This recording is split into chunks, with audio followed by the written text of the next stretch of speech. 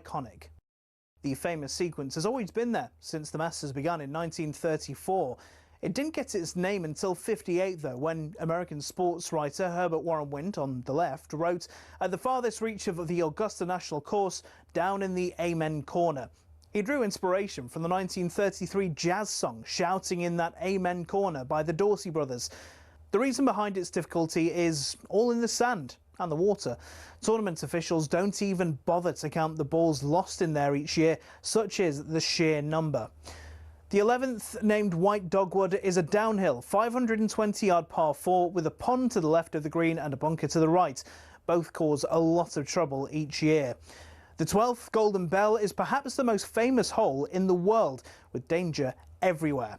Many aim for the flag, but look, get it even slightly wrong, and you're in the azaleas at the back, or the bunkers at the front, or even worse, Rays Creek. Or you can play it safe and aim for the open green on the left. You chicken. Tiger Woods once said, if you make 4 bogeys from Thursday to Sunday, you're doing well. And the highest ever score on that hole? 13. It's a par 3. Tom Weiskopf in 1980 was the sorry soul. Often the iconic Ben Hogan Bridge is the only thing players enjoy about Golden Bell. Even if you escape there unscathed, though, you met with Azalea, the dogleg par 5 13th. It tempts players to go for the green in 2, but cut over those trees on the left at your peril. Every year, it seems, Amen Corner destroys someone's dreams. Rory McIlroy dropped 3 shots through here as his round unravelled in 2011. In 2016, a year after navigating Amen Corner expertly, Jordan Spieth shot a quadruple bogey on the 12th to throw away his green jacket. I mean, it sounds like my game, to be honest. So who'll be the next to be brought to their knees, praying for mercy after Amen Corner?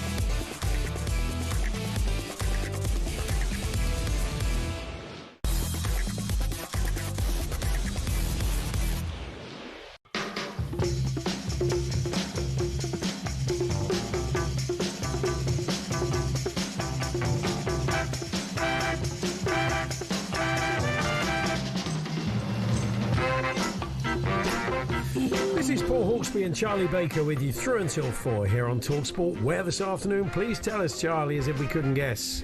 What's coming up? Coming up over the next 3 hours, it's a Grimsby loving rather than a United shoeing. Yeah. As we chat to penalty hero winger Jace Kabia and celebrity superfan, who is it? Lloyd Griffith. Never heard of him.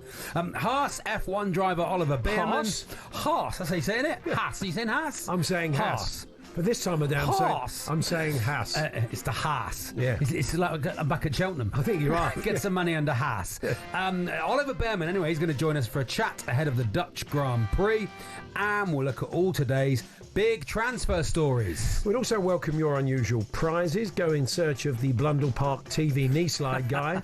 And we'll discover how football is helping some Glaswegian school kids learn French. There's all this, plus sports injury guru Stephen Smith pops in as the Sunderland supporting singer Tom A. Smith. It's the Smiths. Panic on the streets of Manchester too. Yes. And Southampton fan and TV car expert Ant Anstead. Yeah. And we'll bring you another birthday spread. spread. That's right, birthday spread. It looks like Danny Kelly is number one player in the world because of the margin of victory last week. Number two, Paul. Number two. It's a kick around last week for pre-season. Fair enough. It is 6 minutes past 1. Good afternoon, everyone. Good afternoon, Charlie. And what a night at Blundell Isn't it lovely, Park. Paul? Isn't it lovely for all of us who sat through? I mean, for everyone except Man United fans. It was great. Amorim is doing us all such a service, bringing us all together in the joy of Man United getting drubbed week in, week out, playing terrible football, players not enjoying it, fans not enjoying it, manager seemingly doesn't want to be there, not enjoying it. It's like, for all what we had to sit through in the 90s and the early 2000s, this is the payback, and it's just such joy for everyone except Man United fans. It can't be a lot of fun for them, certainly. It can't be any fun for them. They were in bits last night listening to the sports bar. Obviously, the guys were getting stuck into it. Oh, were they really? I can imagine Fella was nearly in tears. Honestly, it got to him. They started dressing up on that show now. Can't take it anymore. And it was quite McLaren-esque. It was Steve McLaren. When we look back on the Amorim years, which we could be doing possibly on Monday, or maybe, who knows, in 10 years. Yeah. Unlikely. But if that is the case, we will maybe look back on him not watching the penalties and sitting there with his his board. What was that? Do you know what that was? Everything that's wrong with a lot of top level football, that is. I think what he was doing, he was looking at the 3-4-2-1 formation that he favours and just slightly tweaking it to a 3-4-2-1, moving into a 3-4-2-1 at times in possession. But it's not physical football. Grimsby Town players who are playing for their livelihoods and to go down in history in that club's history books. You go, these blokes aren't gonna worry about what you're doing up against them. You've got to go and try and. I said on Tuesday, impose yourself. I said on Tuesday, they don't fancy this at all. Amorim doesn't know what's coming. He doesn't know what's coming, and that is just the beauty of English football. The beauty of football, and just you have to look at this club and Man United, one of the biggest clubs in the world. Look at who's in charge. I mean, he didn't want to go there in the first place when he went there. He wanted the job, but in a year's time. When does he want to start the job? When is it that he wants to actually start? I mean, look, we could all be laughing the other side of our face if he turns it round. They've bought some good players. Well, they both missed penalties. Kuna and Mbeumo missed last night. That can happen, can't it? Sesko didn't want to take a penalty. I was sitting there watching it with my missus and talk about lose any credibility. She's saying, who's taking this one? I looked at the Grimsby boy run up. I said, short run up, looks nervous. He's not scoring. Bang, right in the corner. Here comes. She said, what about this one? I said, that's Cunha. He's really good. He won't miss. He never misses. Oh, he misses. And she said, Brian's back. She calls him Brian. Oh, does she said, Brian's back. What about him? I said, he's dead-eyed dick. He doesn't. He's missed. They've lost. And every Grimsby player, he's only 16. Look at him. He's barely out of nappies. He's never going to score. Slots it in the corner. Does she wonder where you've been every afternoon for the last 20 odd years? Yeah, that's it. Now there's a camera here. She can know I'm actually keep an eye on me. But the rest of the time, I clearly wasn't watching penalties. But I think we all did it last night. We thought it was only a matter of time. And the 18-year-old lad stepped up. Yeah. And he was. I thought, oh no, poor lad, absolutely poor lad. Here we go. Poor lad. Really slotted it well, didn't he? It was beautiful, and gave it a bit.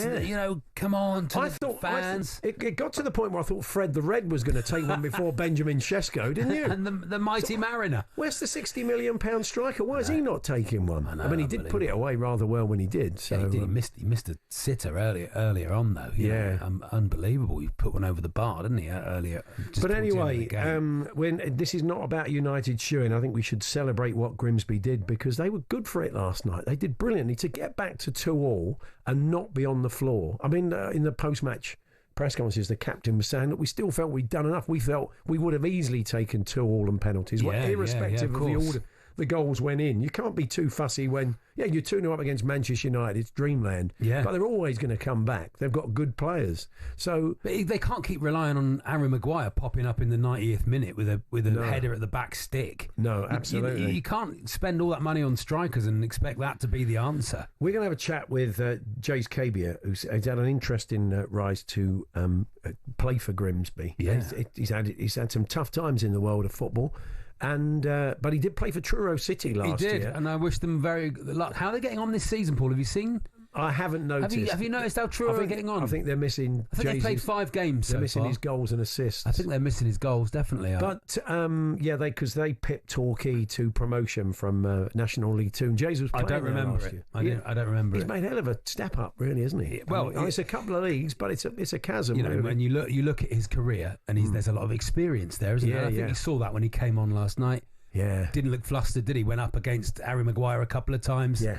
Took his penalty well. I love it. I love it when a winger tries, when a winger pushes a ball beyond the player and thinks, let's have it. And we'll talk to Jace about it. He did it at Harry Maguire last night, who isn't particularly rapid, but he's got a lot of game smart. But he's Premier League. He just sort of pinged it beyond him and he said, I'll give you a foot race. And he just got in front and said, no, mate, not happening. Filed under, you're not in the National League South now. I remember Tottenham played Arsenal years and years ago, and Andy Reid, who had many attributes, but not necessarily with breakneck speed as a winger. But Andy just sort of pinged, I can't remember the Arsenal right back would have been that day, but someone quite quick sort of tried to ping it beyond him. We all laughed. Yeah. So come on, Andy, that's not your game. That's not your game at all. That's not your game. Anyway. Well, we'll speak to Lloyd later on as well, because who was there, flew back from his holiday in Malta earlier. I know you spoke to him yesterday, but I think he had a few sherbets last night, but we'll get him. We'll get him at some point. Now, there's been a lot of talk in the last couple of days of awards, Man of the Match awards.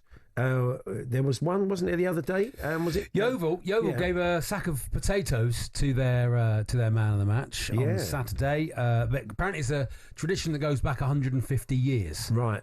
They're not just being tight then. They're not just being tight, but sack of potatoes, boy, that's a lot of meals. Yeah. You get a lot of meals out of that. They should give that for someone who dives in the box for a penalty. It'd be the Premier League sack of potatoes. Or a really fat keeper. Yeah, no, but the worst diver that weekend in the Premier League gets sponsored by Bartlett. Big bag of Albert Bartlett's. Yeah, they're missing her. He should just turn up. Yeah. Oh, I don't want the sack of potatoes. Sorry, mate. Supplied by Hal Robson-Kanu because he married into the family. So big bag of Bartlett's goes to the worst diver. This week's bag of Bartlett's. We should do that. Who's won the? Someone get in touch with Albert. See if they want to sponsor that as a feature. Who is the greatest diver of all? Who's going to get the Albert Bartlett Award this afternoon? Who's going to get the bag of spud? No, he took such a lot of punishment. So the world's finest dive. As we hand out the Albert Bartlett Award this afternoon. The good people at the Sweeper podcast told us that FC Egg gave Marius Scheltler their Man of the Match the other day. They're a lower league Austrian side. He got a bag of flour. Oh, did it? Pancake day, was it? You're one on. Bit of eggs, bit of flour. Bag of flour for Man of the Match. So well done to him. There we are, you know. So these are professional teams. Sometimes you do get some odd prizes odd. I mean, often in something like a sort of tombola or something, Oh, lovely. And it says you've got to have a 5 or a 0, and all the good prizes are gone. Or if you're in a quiz, you've done a quiz. It's what's at the back of the cupboard. Isn't it? A kid goes, "Oh, Mum, I've got to take something in for the school fete." Yeah. So some of the things you've ended up with, either awarded it or just happened upon it. Let's have some of those. Talksport.com, text 889, tweet TSH and J. The knee slide guy was good, Paul. To see him on the telly. Yeah. Now, do you want some knee slide tales? Well, we can have some knee slide tales, but I want to find knee slide guy. Oh, that's a good idea. If you stayed with the highlights last night, you would have seen. After the game, a young lad, what did you say, teenager, late teenager? I'd say early 20s, I'd say. Would you? Yeah, maybe wrong. He pushed some sort of younger kids out the way and did a knee slide to the camera and then basically gave the camera a kiss. Yeah. Now, because we've got the benefit of being able to see them, we want to find knee slide guy. Where is he? If you know knee slide guy, let him know we're looking for him. It worked yesterday. He must be in the Cleethorpes area. Oh yeah, I imagine he's a local. But if we can track him down, we'd like to chat to him this afternoon because he's gone viral. But before that, Jace Kabia joins us for a chat. Put not one but 2 penalties away last night. We'll talk to him about what it was like. Lloyd Griffiths Grimsby superfan joining us later on. Oliver Bearman up in this hour as well. Rookie Haas driver, his first full season in F1. And he's going to be joining us for a chat. It's back F1 this weekend, Dutch Grand Prix. We'll look at the transfers. We've got all manner of other stuff to get involved in. So get in touch this afternoon if you know Knee Slide Guy. 03717 223344. Are you Knee Slide Guy? 03717 223344. You can't claim to be Knee Slide Guy because we're going to need to see you in vision. And we know Knee Slide Guy because he's gone viral. talkSPORT.com, text to 81089, tweet to TSH&J. We'll celebrate Grimsby's magnificent win with Jace Kabia, their winger, in a few moments' time. We're here, of course, with Toolstation and their award-winning Hawksbee lawnmower range in store, on app and online. Next up, Toolstation.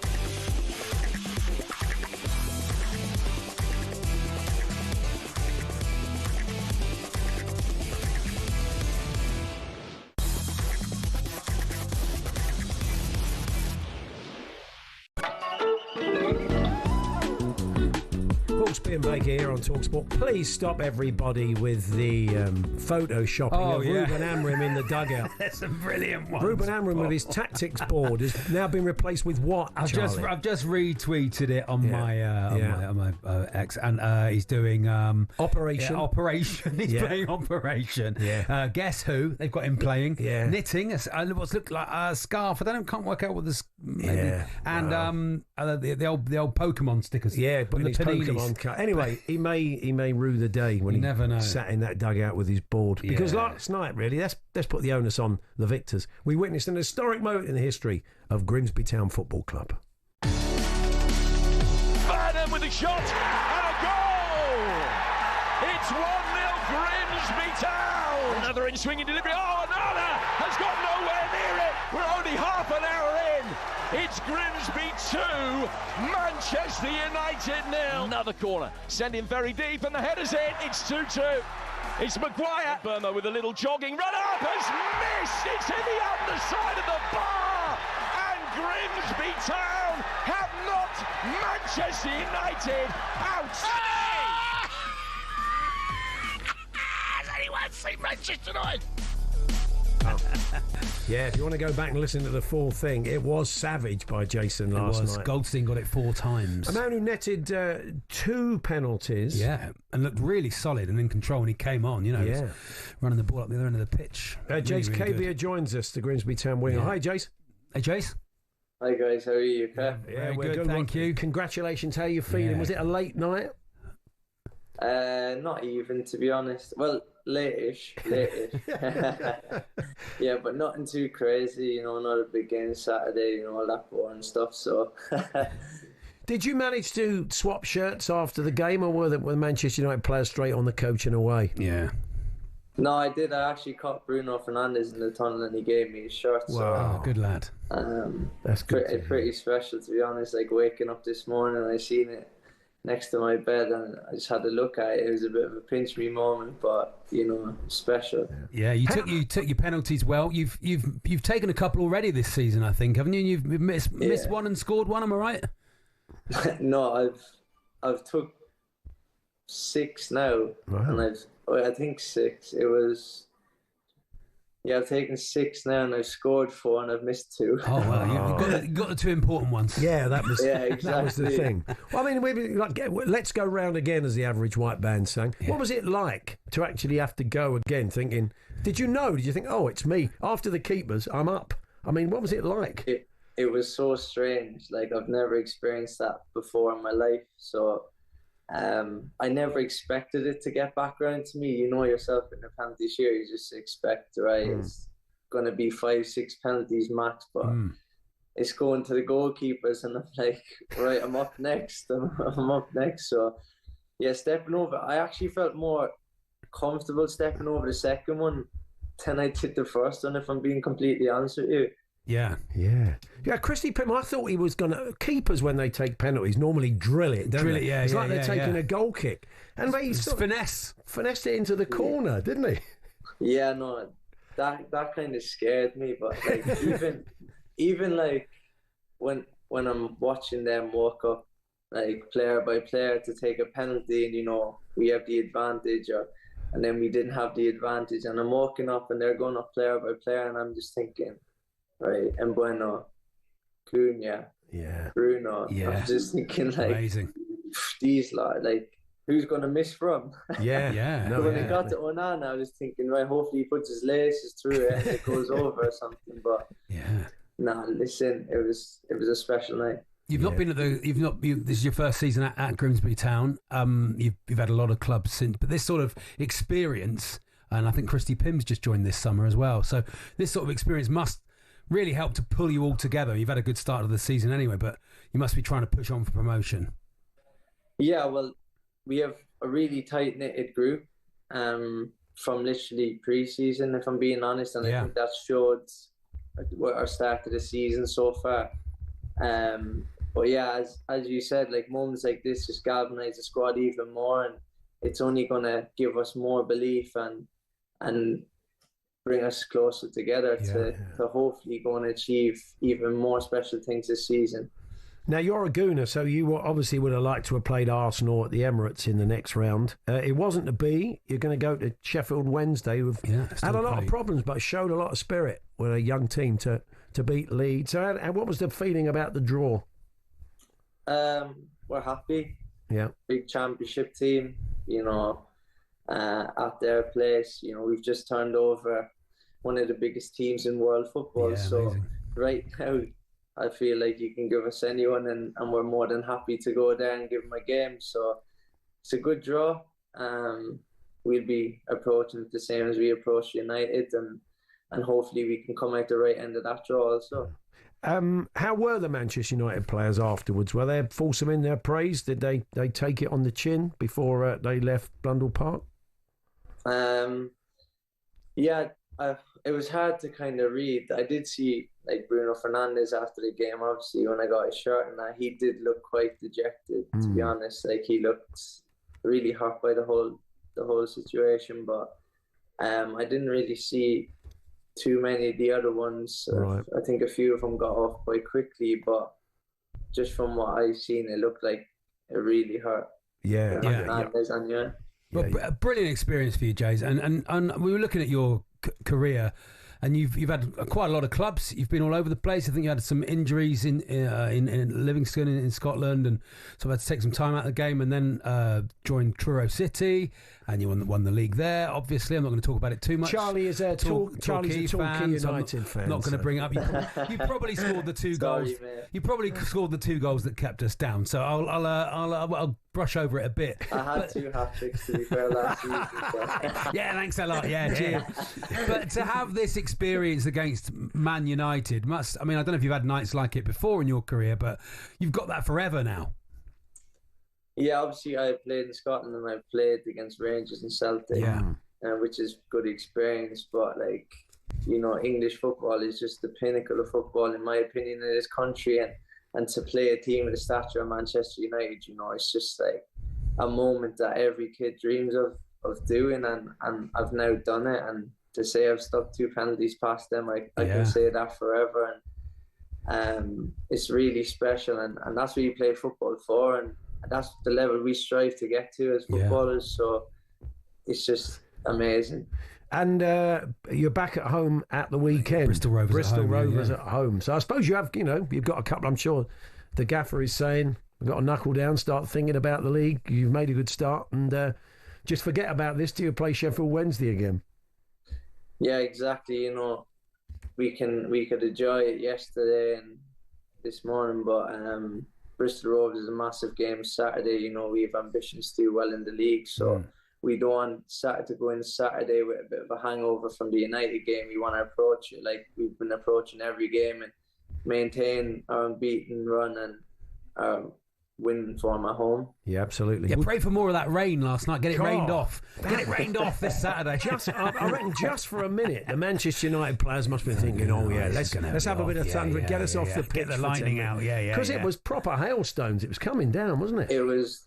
I've not seen rain like that for a long time, I'll be honest. And there was even lightning with it as well. Yeah. So it was a bit of a mad one, but I don't know where that comes from. But yeah, fortunately enough, I think the ref said to Greeley something about if the lightning struck the stadium or something, that he would have to call the game. Wow, blimey.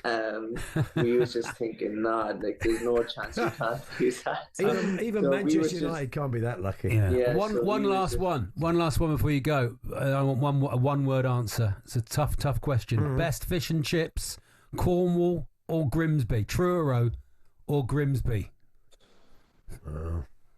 He's thinking about it, Paul. Grimsby. Oh, you He knows where he is now. He knows which side his fish is battered. Lloyd, you would kill me if I said otherwise.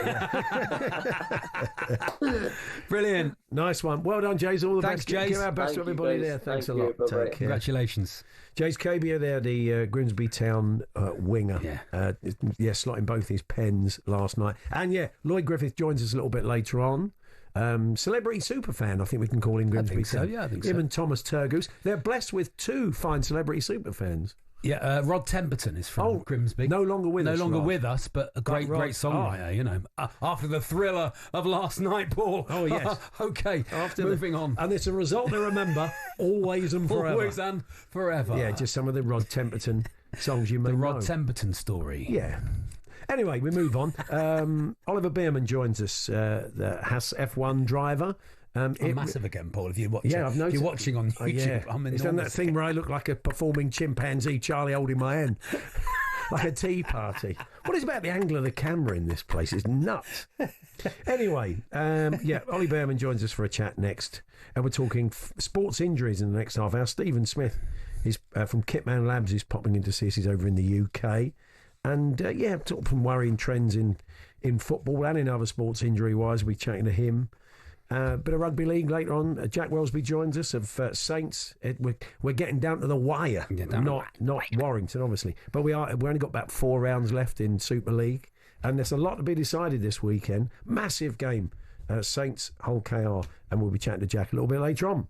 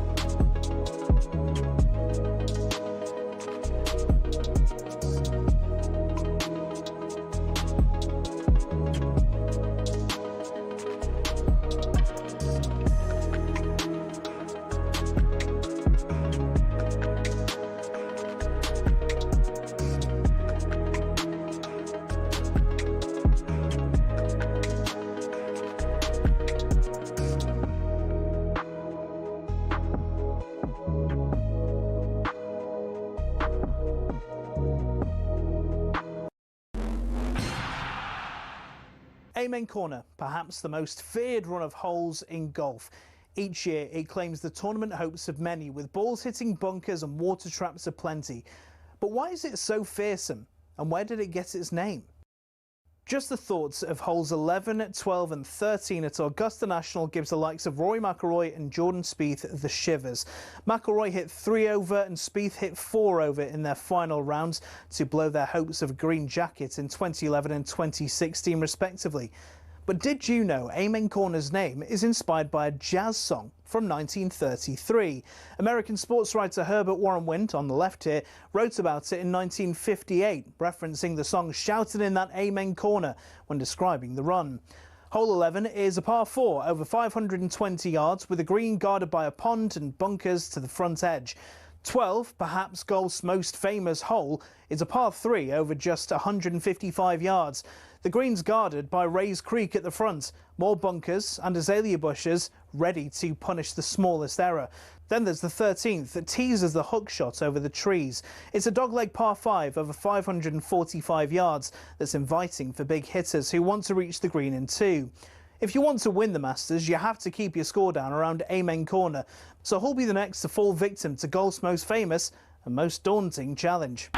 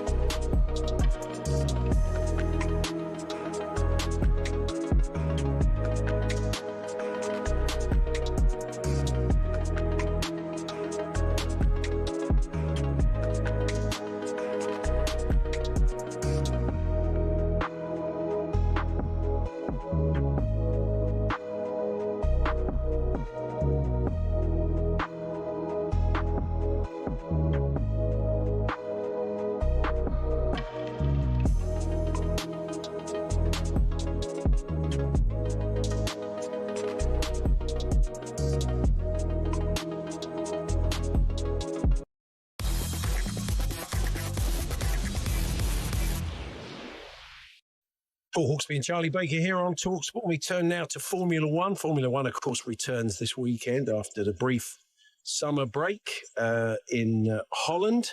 And joining us now, having an interesting rookie season, is the Haas driver, Oliver Bearman. Good afternoon, Ollie. Hey, Ollie. Hello, how's everyone going? Thanks for having me.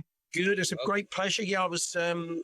It's had its ups and downs. Understandably, it's your first full season in F1, but things are looking like they're picking up after Silverstone. There's been some tweaks to the car, and I read you're feeling pretty confident at the moment. Yeah, it's been a good first half of the season. It's been a big change for me moving into Formula One.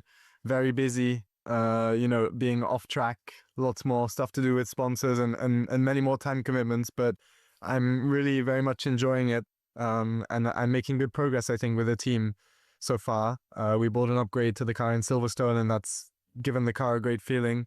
Now I think this second half of the season is going to be all about consistency, mainly from my side, also from the team side, just trying to, bring home those results that we deserve. Obviously racing against people that you may have grown up watching, like Lewis Hamilton and the complete Ferrari team. How does that feel when you're actually lining up against them as a co-competitor? Yeah, it's pretty crazy. I've been watching Formula One since maybe 2013, 2014. So every Formula One race I've watched has had Lewis Hamilton, Fernando Alonso, Max even, he's been in the sport since 2016. So there's a lot of these guys who have been there for such a long time and, that I've really looked up to watching Formula One. And now I get to share the track with them, which is a pretty special and crazy feeling. And, every now and then you have to pinch yourself that you're, on track in a Formula One car, living your dream. I think 6-year-old me would be incredibly proud. You spend a lot of time at Ferrari, where Lewis is now. Have you had much chance to talk to him? Are you able to sort of pick the guys' brains, the experienced guys' brains? Are they up for letting you do that, Ollie? A little bit. It's nice to share experiences with them. We spend a decent amount of time together, whether it be mainly on the track tour that we do before the race, for the fans, the parade lap. And we often spend, 20, 30 minutes on that track together. And it's really nice to share experiences, particularly with the experienced guys. Although I'm sure they're not really letting on too much, because at the end of the day, when the visor goes down, we're all competitors, no matter how long we've been in the sport. What about sharing your experience with the other rookies in F1? Is there some kind of WhatsApp group where you all sort of talk to each other about what's going on and the other experiences? Yeah, it's really cool. We don't share memes and speak every day. It's a bit more serious than that, but still, it's nice to kind of be a part of it. And we together we have a really good and strong say, and we can add value, we feel, to other categories across the motorsport division through all the way to karting, because we've all been there from the very beginning. And, you know, although I'm still starting out and I'm very early, it's really nice to listen to a lot of the issues that we face as drivers and in our sport generally. Yeah, I believe your dad drove sports cars in championships as a younger man, and your brother's driving in F4, Thomas. What's it like playing Mario Kart at Christmas? It's pretty competitive. We always find competition. We're a very competitive family, so no matter what we do, there's always a lot of competition in it.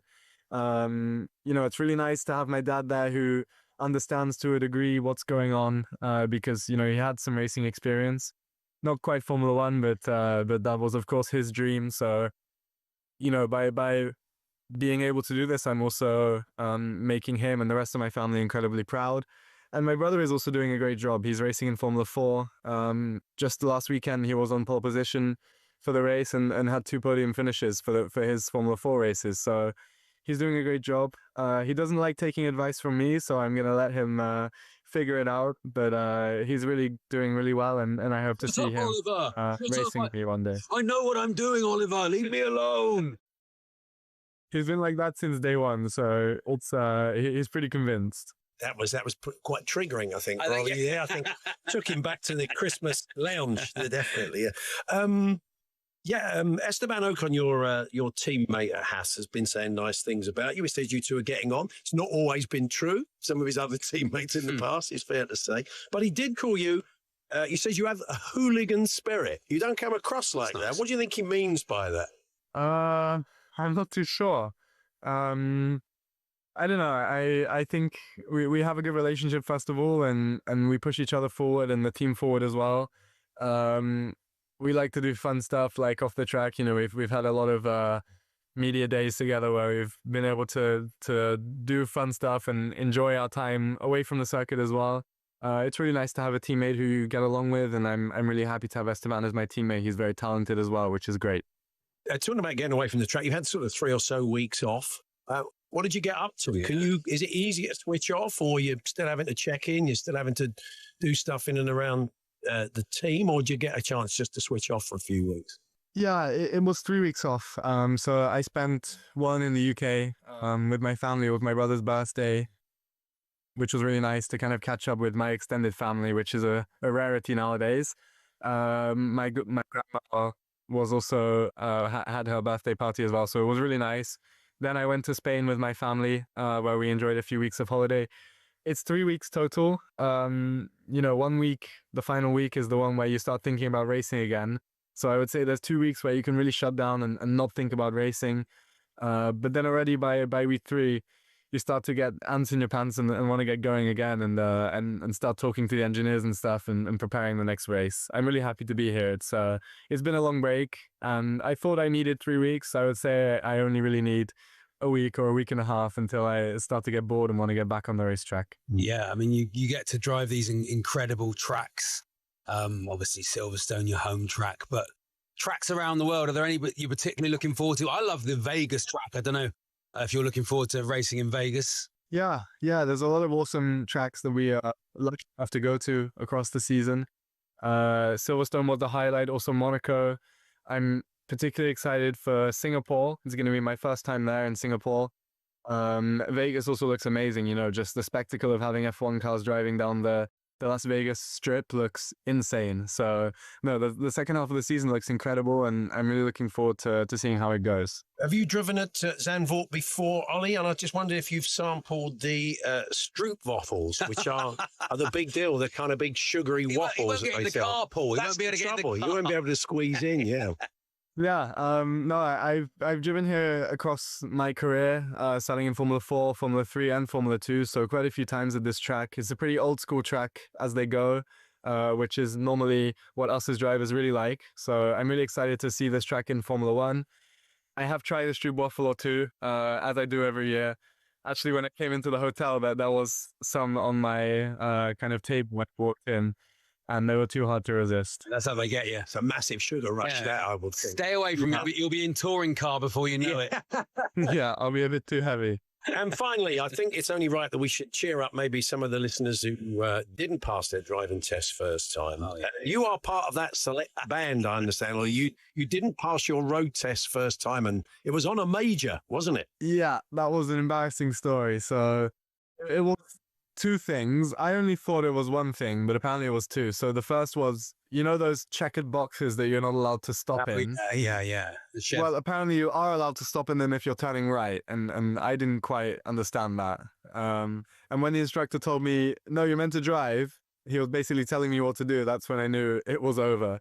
And there was also a stop sign, which I did stop at. I didn't completely blow it, but I was creeping apparently. So, I mean, apparently I was definitely creeping. So there you go. I learned the hard way on trying to take the test without any lesson. Yeah. If you stop too long, at least someone comes and changes your tyres. That's the trouble, yeah. Somebody just... Exactly. Loads of people just approach the car off the street. I just, finally on this, did the examiner know who you were before, or did they discover afterwards who you were? And what was their reaction? No, actually, I was racing in like Formula 3 time, so, you know, he had no idea who I was. And one of the first questions I asked him was, do you like Formula One? You know, just to get a feel of what his stance on motorsport was.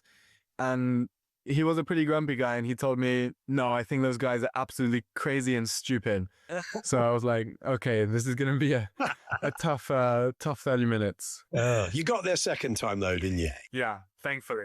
That's good news. And that's where I really started to, I said, okay, after the first time I failed, I'm going to take a few lessons and not be so cocky this time.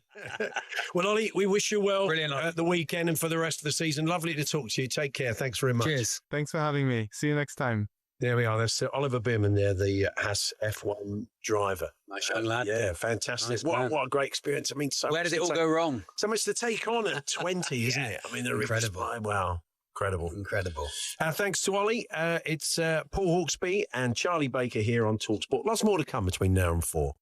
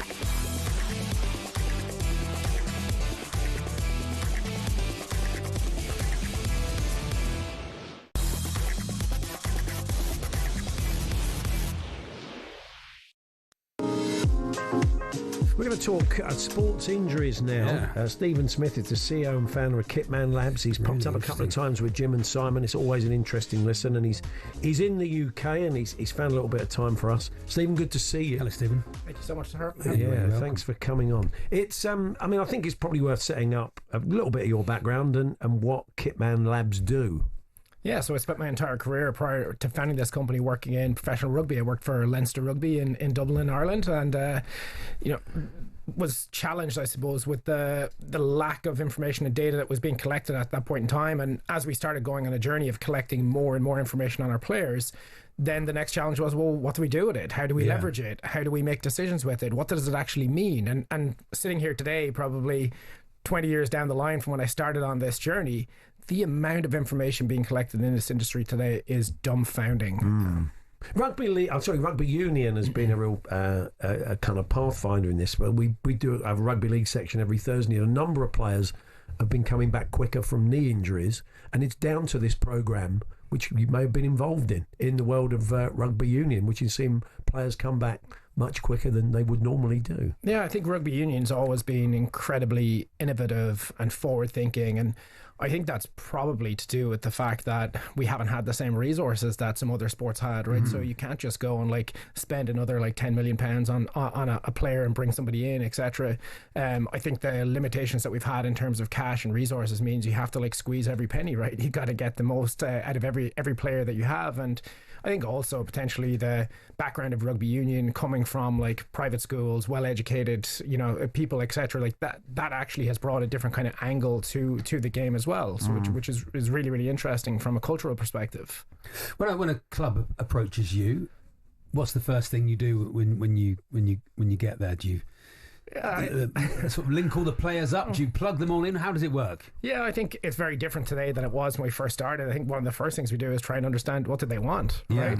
And what does success look like? What are the types of challenges that they're facing today? What types of data are they collecting? How are they using it? What do their practices look like? So it's very much a consultative process. We're trying to understand their environment and then understand how do we fit into that environment and how do we ensure that we can help them and augment how they're operating every day and help them to get access to insights and information much quicker, much faster, more meaningful, and that they then can transform that into decisions that really make an impact. Do you tend to get called in to teams that have had injury issues and want to make sure it doesn't happen again, or have they looked at other teams and thought, well, we don't want that happening to us? Yeah, it totally depends. Sometimes we're going in and helping on the scouting and talent ID side of things. Sometimes we're going in and helping on player development and how we think about player pathway. Sometimes we're going in and talking about how do we optimize performance week in, week out. And then sometimes it's, like how do we ensure that we keep our athletes, more resilient, keep them healthy, keep them on the field, and make sure that we're maximizing our uptime and the investment in players. Are the top players playing too much as someone in your arena, do you feel? No, I think, listen, this is a really complex topic and subject, and I think it would be naive of anybody to say, listen, it's just too much games. Now, that said, more games equals more risk, but more training equals more risk as well, right? And it's also like, what do these games actually look like? I think there's lots of different topics about how our players are recovering. There's lots of topics around what are the facilities, what are the training surfaces that they're playing on, what types of equipment and footwear, etc. How are we refereeing the game? Like, there's so many different topics that become part of this. So I think to come out and make a blanket statement to say we're playing too many games, number one, is naive because it's a very complex topic. But number two, the economics of sport mean that the more games that we play, the more money that's coming into the ecosystem. Owners want that, players want that, fans want that, sponsors want it, media wants it. So more games are not going to go away. And I think we can't just say, oh, we need less games, right? Nobody's going to give up their area of turf in relation to that. I think we have to think about different ways to solve this problem. We have to get smarter, and we need people working together rather than just, trying to fight their corner and say our games are most important, we're going to keep them. Players seem to be playing longer. I think there's that longevity is definitely happening.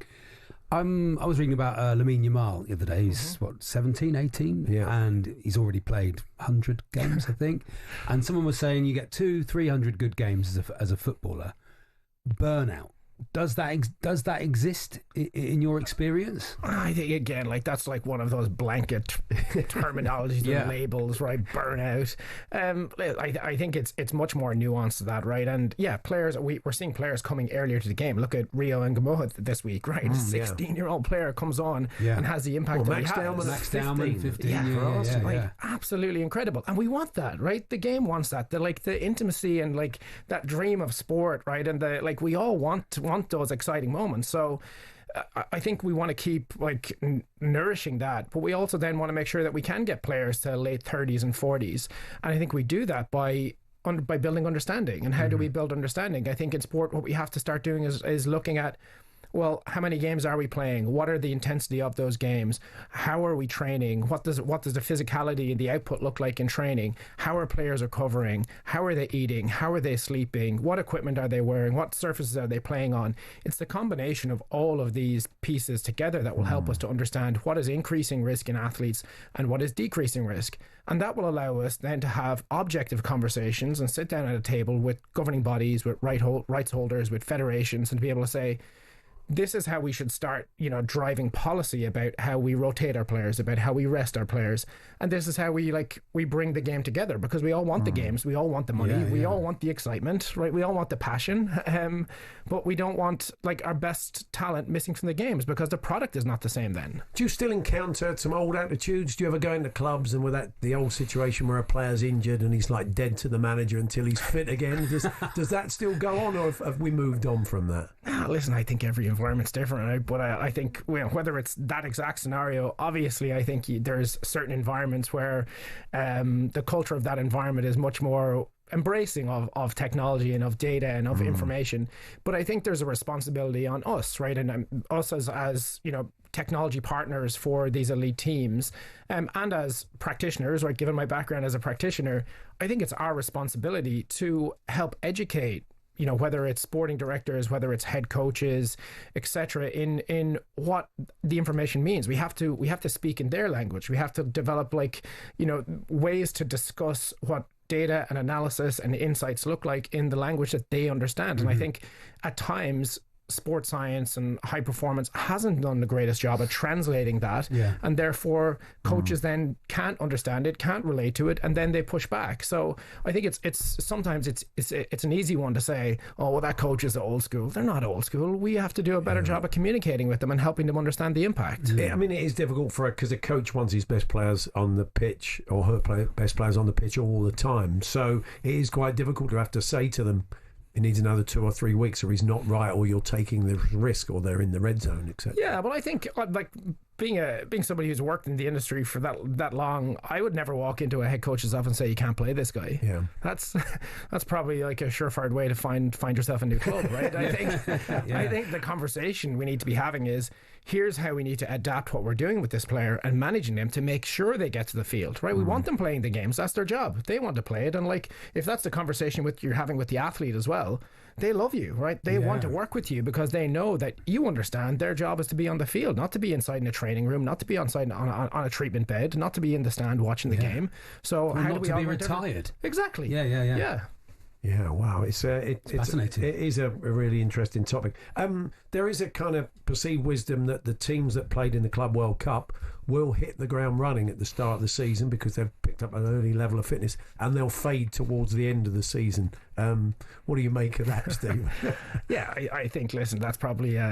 I would suggest that we need to give more credit to the staff that work at some of those organisations, and knowing the staff at Chelsea and the not just the coaching staff but the high performance staff led by someone like Bryce Kavanagh. He's a world class practitioner. You think he's not thinking about how they're going to individualise all of those players that were involved in that? You think they're not thinking about how they're rotating their players? You think they're not thinking about additional recovery modalities? Like, if anybody thinks that those things are not happening at those clubs, they're insane. It's interesting. A player like Richarlison, who's had a good pre-season and has hit the ground running for Spurs and has got himself back in the Brazil squad. Tim Vickery, our South American correspondent, said a couple of seasons back, I think he played an Olympics, he played a World Cup, and finished the season probably then for Everton, and I think he then played in a Copa America. He never got a pre-season at all, and he was never the same player again. Tim feels it was just that massive overload. I mean, does that stack up? Yeah, I don't know. I think, there's obviously we can always pull out, specific scenarios. And I saw an article yesterday talking about Cole Palmer's injury and talking about Saka's injury, etc., and talking about the impact of elongated seasons on those two world-class players. But what we're not talking about then are like Enzo Fernandez played exactly the same number of games. Sure. Declan Rice played more games than both of those, still playing well, still performing well. Yeah. I think these one-size-fits-all blanket statements might be great for headlines, but for every rule there's everyone's different. Yeah. Well, to get beyond the headlines, go and check out Kitman Labs. You'll find it really online. Great. And lovely to see you, Stephen. Fascinating subject. Thanks for joining us. Hopefully see you again. Thanks for having me. Stephen Smith, there's CEO and founder of Kitman Labs. It's more of the Grimsby loving next. Hopefully knee slide guy. And definitely Lloyd Griffith will join us for a chat.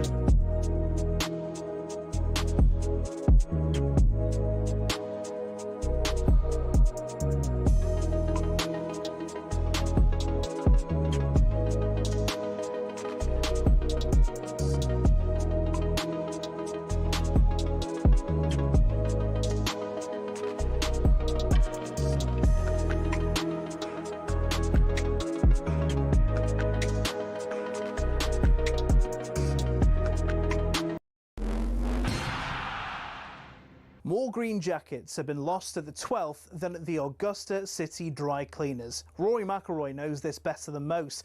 But what is Amen Corner and why is it so iconic? The famous sequence has always been there since the Masters began in 1934. It didn't get its name until '58 though, when American sports writer Herbert Warren Wint, on the left, wrote, "At the farthest reach of the Augusta National Course, down in the Amen Corner." He drew inspiration from the 1933 jazz song Shouting in That Amen Corner by the Dorsey Brothers. The reason behind its difficulty is all in the sand and the water. Tournament officials don't even bother to count the balls lost in there each year, such is the sheer number. The 11th, named White Dogwood, is a downhill 520-yard par 4 with a pond to the left of the green and a bunker to the right. Both cause a lot of trouble each year. The 12th, Golden Bell, is perhaps the most famous hole in the world, with danger everywhere. Many aim for the flag, but look, get it even slightly wrong and you're in the azaleas at the back, or the bunkers at the front, or even worse, Rays Creek. Or you can play it safe and aim for the open green on the left. You chicken. Tiger Woods once said, if you make 4 bogeys from Thursday to Sunday, you're doing well. And the highest ever score on that hole? 13. It's a par 3. Tom Weiskopf in 1980 was the sorry soul. Often the iconic Ben Hogan Bridge is the only thing players enjoy about Golden Bell. Even if you escape there unscathed though, you met with Azalea, the dogleg par 5 13th. It tempts players to go for the green in 2, but cut over those trees on the left at your peril. Every year, it seems, Amen Corner destroys someone's dreams. Roy McIlroy dropped 3 shots through here as his round unravelled in 2011. In 2016, a year after navigating Amen Corner expertly, Jordan Spieth shot a quadruple bogey on the 12th to throw away his green jacket. I mean, it sounds like my game, to be honest. So who'll be the next to be brought to their knees, praying for mercy after Amen Corner?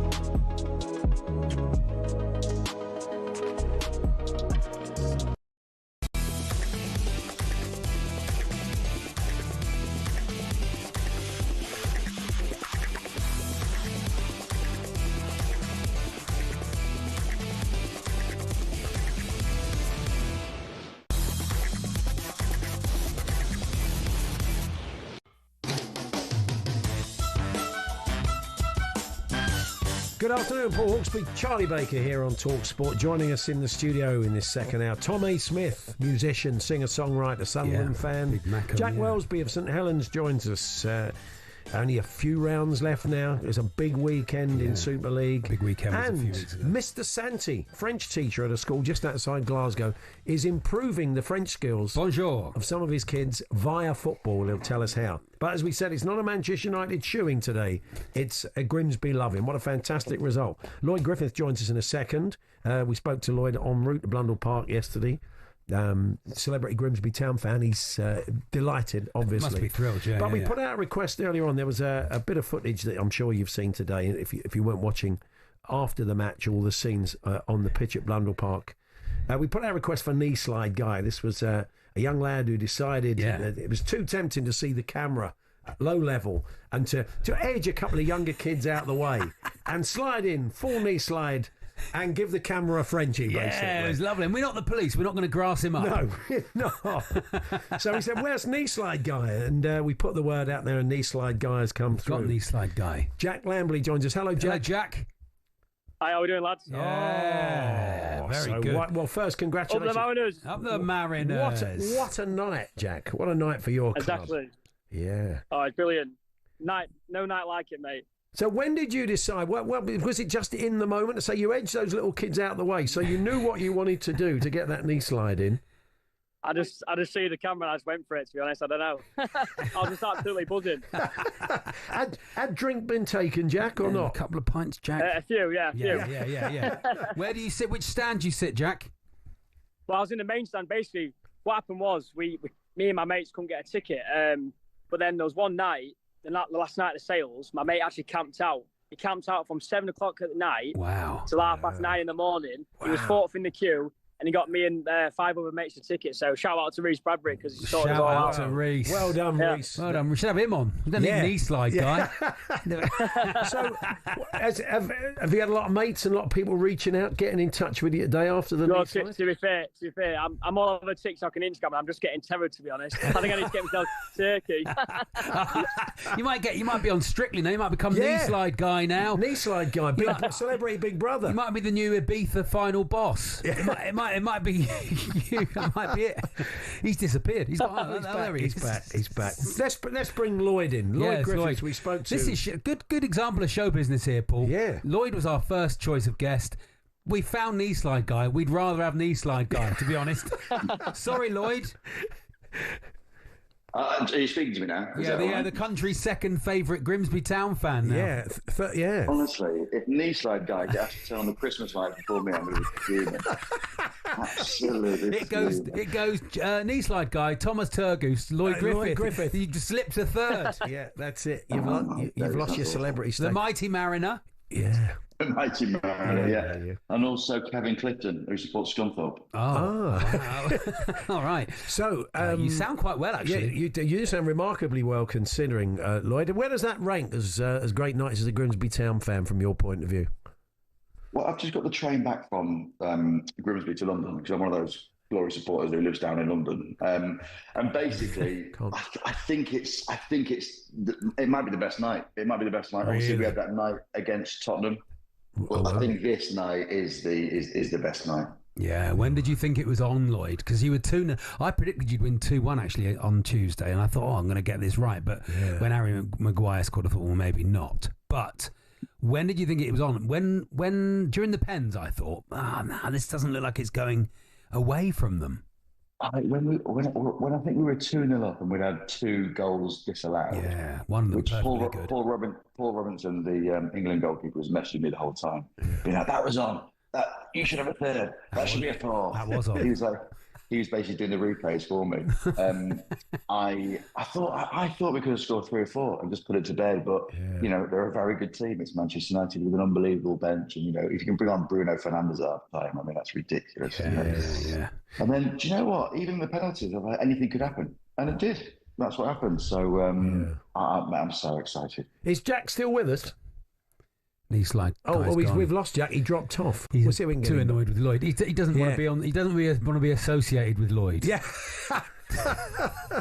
Well, if we don't get different to that guy, if we don't get Jack back, go and check out the knee slide. Have you seen the knee slide today? Have you seen? You know what? I've not seen the knee slide guy. No, I'll have a look afterwards. And do you know what? I probably won't actually.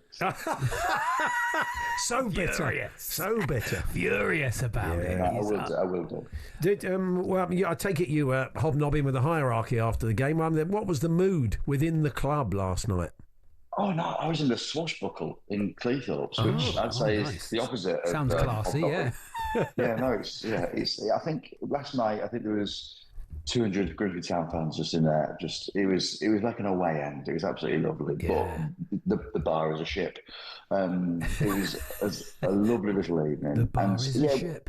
The bar is a ship. Yeah. We're in the swashbuckle. The bar is a ship. Knee slide guy just going across the bar. Knee slide guy. Yeah, doing personal appearances. If we still had fantasy football, and we definitely have knee slide guy going right across the set. Constantly along. Constantly going through the whole set, going into this morning and loose women on his knees. Yeah, I've heard that knee slide guy's been asked to sing the national anthem at the next England game. So was that, Lloyd? What? That's ridiculous. So we had a chat with Jace Kabia earlier on, who was obviously buzzing. He said it was a late-ish night, but they got their eyes down for the game on Saturday. But he said he swapped shirts with Bruno Fernandes, which he was chuffed about, and he said it was pretty magnanimous. Did you see any of the Manchester United players at all, Lloyd? Well, I saw him on the pitch. Oh, apart from that, obviously. Yeah, you're right. It's not that bad. I swapped shirts with Kevin from Altrincham. I got a lovely little Lacoste out of it, actually. And, he got a snide little Grimsby Town top. Yeah, so. I wonder what the fans and the Manchester United fans, did you see any of them, Lloyd? You know what we did again at the game? But then afterwards there was. Oh, am I there? No, you're here. Keep going. Keep going. Oh, sorry. I'll keep going. I'm being such a brave boy doing this. There's a lot of Man United fans knocking around before. Do you know what? And again, like I said this yesterday, we've not played each other since 1948. So there was a load of Manchester United fans making a day of it. I mean, going down to Cleethorpes and nice. Having fish and chips and. Taking photos and stuff. So, sorry, I'm at a train station. It's lovely sound effects in the background, isn't it? Yeah. Well, look, thanks very much for joining us again. Congratulations once again. And will you be going to Sheffield Wednesday for the next round? I will be going to Sheffield Wednesday. I'm going to make sure I'm not on a romantic holiday with the girlfriend or I'm working. I'm going to make sure I'm not doing any of those things. And I will be going to. Don't let your girlfriend see knee slide guy, mate. Yeah, that's all I'll say. Good looking lad. I think we know what'll happen. He'll be sliding into DMs next. Knee sliding in. Cheers, Lloyd. Cheers, lads. Take it easy. It's Lloyd Griffith there. And thanks to Jack Lambley there, aka Knee Slide Guy. If you haven't seen it yet, go. Everybody was talking about it. So go and check it out. And if you do want him for dancing on ice, why not? Just give him a shout. Why not? He'll be getting an agent now, won't he? Knee slide guy. We get it. I'm Jack Lambley. Jack Lambley's on the phone. I don't know a Jack Lambley. Knee slide guy. Put him straight through. Get him on. He's hot. can host the 1% Club. Yeah, there's got to be. Surely, I'd like to think that Grimsby Town will do a T-shirt of an East Side guy for Hillsborough away. Yeah, kissing the camera. Beautiful, and it'd be sort of a nice sort of meme, nice GIF, wouldn't it? Nice. Really? He's forever. He's forever. Think of all the people who did the pitch invasion. Yeah, and he's the one we all know. Yeah, that's right. Marvellous. Well done to him. Tom A. Smith pops in. Sunderland fan, singer-songwriter, has a new single out, which is excellent. Really good. We've been playing. We can't play all of it, Paul. No, but, we can't. Bit sweary at the start this time of day. But anyway, we'll chat to Tom in a few moments' time.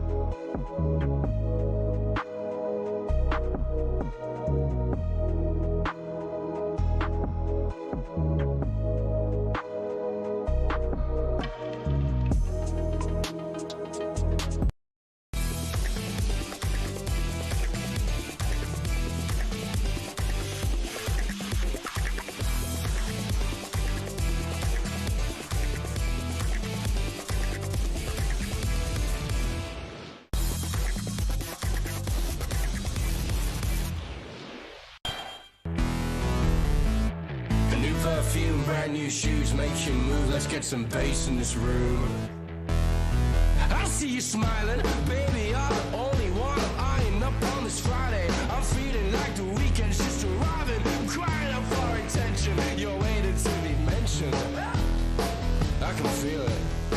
You won't go silent. I walk into the room. New shirt so red that you can't find it anywhere. Paul Hawksbee and Charlie Baker here on talkSPORT. Good that, Paul, isn't it? Isn't that good? It's a banger. We've been playing it a lot today, Charlie, haven't we? Yeah, we have. It's really, really good. Our next guest is the man what wrote it and performs it. It is Tom A. Smith, who is a singer-songwriter, musician, and Sunderland fan. Good afternoon, Tom. Hi, Good Tom. afternoon. Thank you very much for having us. Oh, you're really welcome, mate. Yeah, it's a great song. I've played it a lot in the build-up to you coming in, and I'm kind of looking at the influences that sort of feed into that. You're sort of Tom A. Smith. There's a bit of Mark E. Smith in there. I don't know if you're. Do you know what it is? I've had that a few times. Like the fall sort of thing. It's the kind of vocal phrasing of that song. Well, there's a few heavy influences like LCD and all that. Have always been like a big part of my sort of sound, especially recently, and like The Cure and that. But I've been getting a lot of Mark E. Smith. I mean, it's not ideal with the name similarities.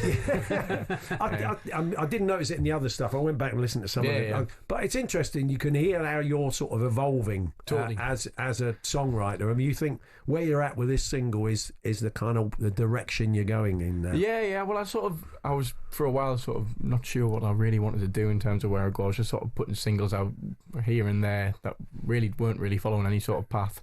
But it's only been the last year I've really knuckled down on the writing side of it, what I really want the sound to be.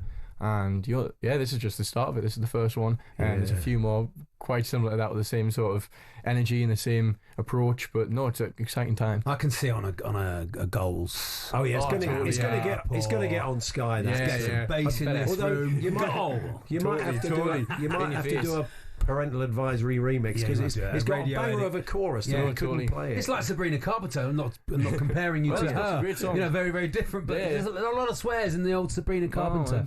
A lot of radio edits go on, Paul. Oh, okay. Now we got to keep it edgy, man. You do. But the thing is, you say you've released singles, and that to some people sound like, God, that sounds like a.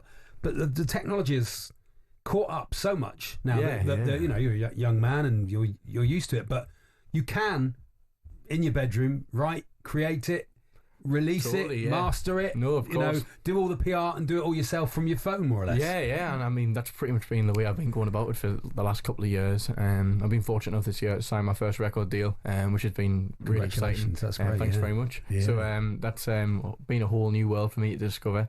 But no, for the most part, it's still just me producing it. I worked with Barry Hyde from the Future Heads, one of my favourite bands from Sunderland growing up, and he used to give me guitar lessons, so it was really special for me to work and produce that track with him. But no, for the most part I still just do it myself because I'm a bit more comfortable and confident in that way, I suppose. But it is just so easy to do now, and anyone can put music out, which can create some great. That's good and bad. Anyone can. Yeah. The video for the song is great. It's a very simple video, but I've noticed looking at some of your stage pictures, it seems you start off in shirt and tie, and then you strip down to your vest. Then so it gets warm and like an uncle on holiday in the 50s. Feels a bit. Yeah. Don't really hold me back. Feet don't fail me now. They put Bee Gees on. I'm staying alive. Get me vest on. Yeah, I'm not doing that again. But I think the video is great. And another member of the Sunderland Football Club family has reworked the video for the song. It's our old mate, friend of this show from Atletico Mints and Top Flight Time Machine, Andy Dawson. That's right. And I think we might be in a position, if you're watching on YouTube today or on Connect TV, to see a bit of Andy's subtle reworking of the video. I think we've got some there.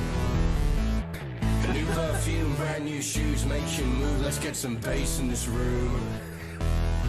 I see you smiling, baby. You're the only one eyeing up on this Friday. I'm feeling like the weekend's just arriving. I'm crying out for attention. You're waiting to be mentioned. It's a slightly different approach. I can feel it. No, totally, You won't go silent. I walk into the room. New shirt so red that you can't find it anywhere. You're jealous that you didn't buy it. First I know that it hurts, but it looks so good, baby. You can't deny it. I'm covered in flour, licking bits of wood and that. Fantastic. And I just think how perfect is that? It's brilliant. And like the fancy shirt and that for the song. But no, he's smashed it in a great job, and he's got such a great response as well. Obviously, a great name to have involved with what I do as well. So, and playing live, it's just you and do you have a band as well? Or are you a band? How does it work? Well, it is me who writes everything. Like from drum parts, everything. I've been getting music lessons since as long as I've known. But it is me and four friends, and now my younger sister, who is just like a musical god. What does she play? She plays keys and some backing vocals, but she was like grade 8 at piano by the time she was like 7. She was like a little prodigy. But no, we've been on the road together for about 5 years. I grew up with two of them since I was young, and they were like in my older brother bands and stuff like that. So we've known each other for years. And Katie, who plays bass for me and does all the visuals for my like socials and that, she joined only recently. Well, 4 years ago. But I met her at college. But no, we're all the new kid. Yeah, the new kid. But no, we're all like a close knit group, and I just think that's the way to do it. And instead of, if you can afford to get session musicians in, great, but I can't. So getting some friends. Oh, there's nothing like playing music with your friends. Oh, totally not. Fun. And you've been doing a lot of festivals, Tom, haven't you, this summer? Yeah. It's been a great year for it. I'm trying to think off the top of my head. I know we were at Camp McCallan last week, which was amazing. We got 110 above this weekend, which we're really excited about. I'm trying to think what we've done this year. You've got some stuff coming up in Bridlington, haven't you? That's right, yeah. We're playing Bridlington by the Sea tomorrow, which will be great fun. My dad, one of the last Oasis shows before they got back, he said he saw them at Bridlington Spa. And so fantastic. And he's seen like Royal Blood and Paolo Nutini there. So I'm excited to go on that stage. And now you. Yeah, exactly. Now me. So and you're a Sunderland fan, you get there when you can, but obviously you're a bit busy at weekends at the moment. But what have you made of the start in the Premier League? I think it's just been positive. The first result was fantastic, brilliant, and obviously they're such a new size. I think by the end of the first game, 8 players were new players on the pitch, and to be getting a 3-0 result at home with that is brilliant. I think the owners are doing such a fantastic job, and it's been so exciting. Not just this season, but the last 3 years really, and I think it's the only way is up, really. Obviously, disappointing result of the weekend, but I think it'd probably be quite an important result for the players, to be honest. But we'll see how we get on Saturday. Brentford this weekend. Yeah. And it's a dream to play Stadium of Light. Yeah, it is. I'd love to do that. I saw Bruce Spring. He's like, for me, he's like number one. I saw him there last year, and it was like just thunderstorms, heavy rain, but it just made it better. So you and Sam Fender be Newcastle. Newcastle, that's right. Got some, have a time where we're timed on. Before I get all that later. Well, if you want to do 4 hours like Bruce, you're going to have to write a lot more songs. Oh, I know, yeah. To be fair, I've got a SoundCloud link with 800 songs on now, so we can dig into that a bit. But no, well, I did like the halftime show at home on Boxing Day a couple of years ago. Oh, brilliant. Against Blackburn. I was getting some stick from the away fans and all that. That's part of it. All part of it. It was good fun. Exactly. But, no, so I can say I've played there technically, but not in a real sense, really. Brilliant. So where can people find you? I'm assuming all over Instagram and TikTok. Yeah, I'm everywhere. As you say, Tommy Smith music on some and just Tommy Smith on others, but no, everywhere. Spotify, Apple Music. And the latest single's called Fashion. That's right, Fashion. Yeah. People should go and check it out and say the video is great. It's I don't know how much you spent on it, but it looks, it just visually just got AI to do it, Paul. It works. Just put in good really video for song called Fashion into ChatGPT. But it's a simple but effective video. No, totally. Yeah. And using who you know, I suppose. That costs us now. So brilliant. It looks great. Good luck, Tom. All the best, Tom. Thank you very much for coming in. We wish come and see us again. I hope you get too big that you don't want to come and see us. Yeah, we get that. That happens. You'll do one more visit and then your phone stops. That's it. It can can't make it. Tom can't come in. He can't come in. Wants to talk Sunderland, he's too busy. Tom A. Smith there. Thanks very much, Tom. Thank you very much. Jack Welsby joins us from the World of Rugby League next. Big weekend in Super League. Jack back from an injury. We were talking about sports injuries earlier on. He's come back ridiculously quickly from an injury they thought would keep him out a whole lot longer. We'll chat about that and a big weekend in Super League, and that's all coming up next.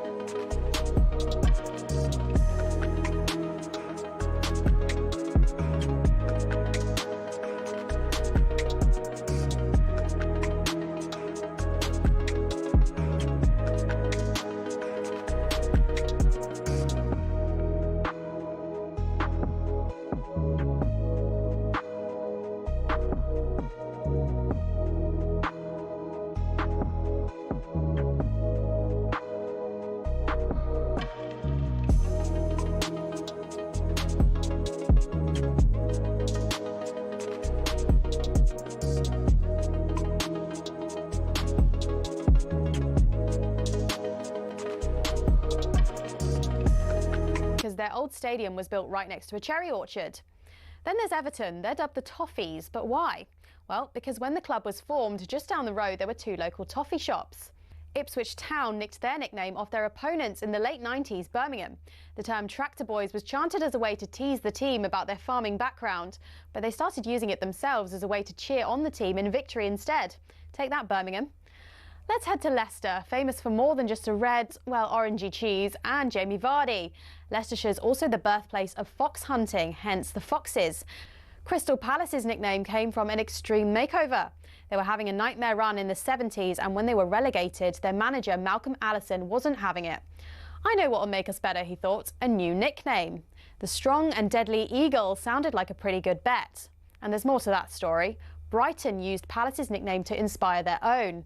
Ooh, a bird, they thought. Let's just pick a different one for us. And so, in a heated match between the two teams back in 1976, when Palace fans began chanting, "Eagles, Eagles," Brighton fans had the perfect reply, "Seagulls, Seagulls." So next time the away end's chanting their crazy nickname, you'll now know exactly where it came from.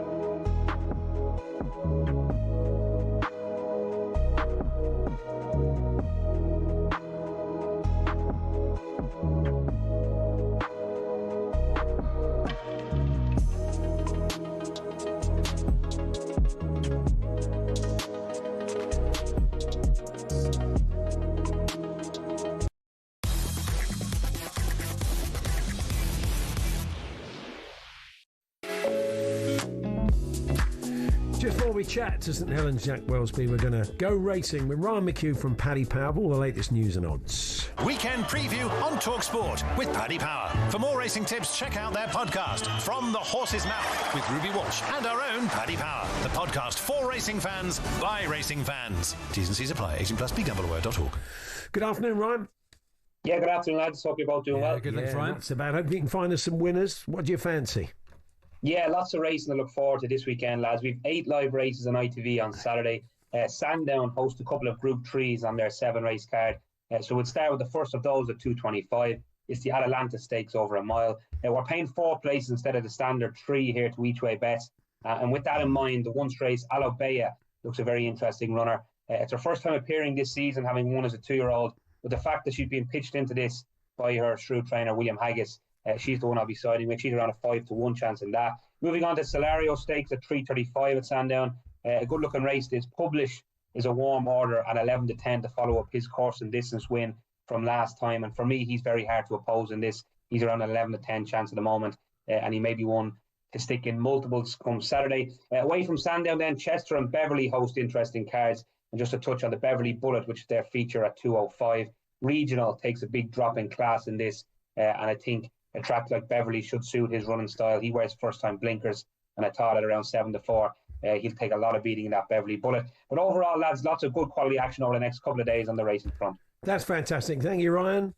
Cheers, lads. Ryan McHugh there. We thank Ryan. And if you want to keep in touch with all the latest racing news, Paddy Powers from the Horse's Mouth podcast is available every week, and you can download the latest episode from your usual podcast provider now. 18+ BGambleAware.org.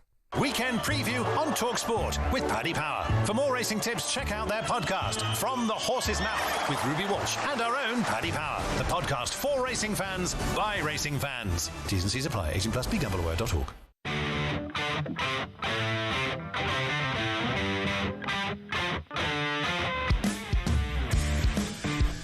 Yeah, it's time to turn to Super League. Just 4 rounds remaining of the regular season before we head into the playoffs. And there's a lot of permutations still in and around it. A number of teams could secure playoff places.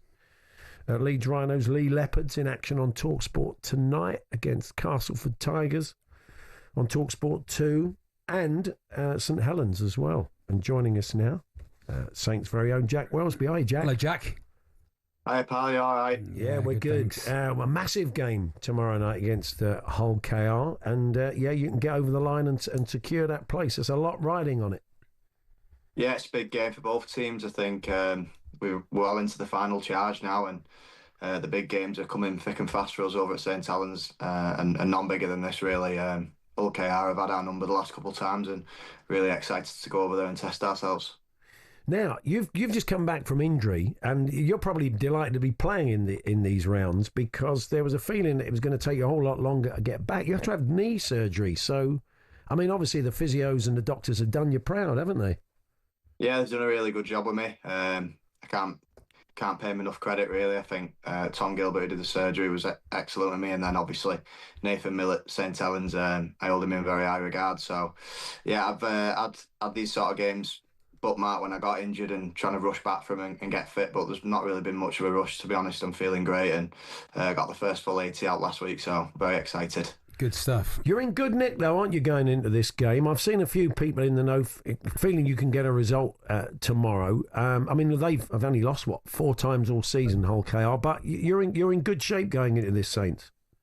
Yeah, definitely. I think since we last played them, I think we've won 9 out of 10 games, or something around that mark anyway. So, yeah, we 0-1 from the last time they played us. They put a score on us, and like I said, we've been in really good form, and the lads have been performing exceptional since I've been hurt. So, just getting back in the team and trying to put my foot on the gas and get up to speed with them. But like I said, this is going to be a real test for us, but we're excited about it. And if people don't follow Rugby League or Super League, they don't realise that it's important to get as far up the table as you can, because it gives you home advantage in the playoffs. So it's not just about finishing in the playoff positions. It's pretty key to how well you do in the playoff tournament. Yeah, definitely. I think if you can get inside that top 2, you get a week off, which is massive, obviously, for the lads and that who've had tough seasons. Every game's really tough, so to get a week off whilst all the other competitors are battling it out, that obviously helps. And then, like you said, there's nothing like home advantage. If we can play the totally wicked each week in the playoffs, it's going to be much easier. You've played in 3 Super League grand finals. You've won the Challenge Cup. You've youngest captain of England ever. Do you still get nervous at all, Jack, going into a big game? Yeah, I'd say I would, but I've got plenty of experience, like you just mentioned. Now these sort of games are what I live for. I want to play in these games against the best teams, like your KRs, your Wiggins at the moment. So to have them 2 back to back, I'm going to be pretty nervous. Pretty big games for us as a club and as a team, but yeah, I'm confident in what we can do. Yeah. So, how have you felt about the season overall? I mean, this season for Saints, have you been pleased with your own form? Yeah, like you mentioned, I've been on the sidelines for quite a while now. So these last 2 games has just been getting my feet sort of back under the table and getting some form going into the back end. But before that, I felt like I was doing pretty well, I think. As a team, we probably could have been doing a bit better, but we was putting some building blocks in there. We have some new players in the team. But yeah, I think what I've done so far in the year's been pretty good. Obviously, always room for improvement, but like I said, I'm getting there now. And Ashes later this year to look forward to. I see you've predicted a 3-0 win for England, Jack, which is confident.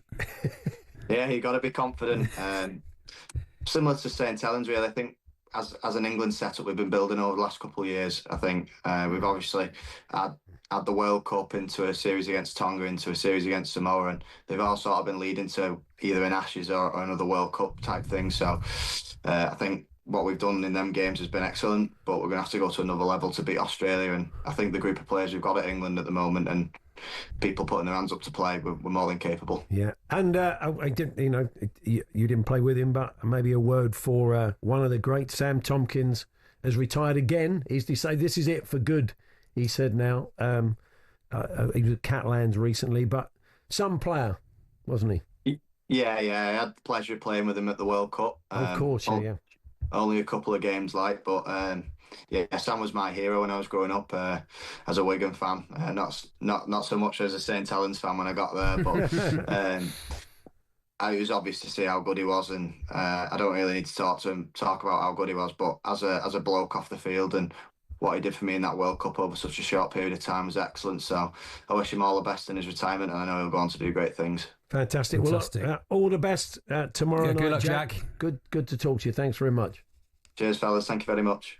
Jack Welsby there of St Helens. They take on Hull KR tomorrow night, and I think it's fair to say the game of the round. Yeah, great. And will secure a playoff spot if they win that one. And as we said, we're going to bring you, I think Lee will definitely secure a spot if they beat Castleford, and we bring you that one tonight at 8 o'clock over on talkSPORT 2. Still to come then, we're going to be chatting to Ant Anstead. If you've watched Wheeler Dealers, he's a doer-up of cars. He's had an interesting life. Ex-police officer. Yeah, interesting. A born mechanic. I think that's the name of his. That's the name of his. He'll tell us more about that. He's a big Southampton fan as well. Will Pugh's going to join us from the Sun Exposed Transfers podcast, and we're going to be looking at some of the big transfer stories of the day. But before that, how playing football can improve your French. It's a brilliant idea, this. We'll tell you more about that shortly with the man behind it up in Glasgow. We're here with the good friends at Toolstation and the award-winning Hawksbee lawnmower range, in-store, on the app and online. Next stop, Toolstation.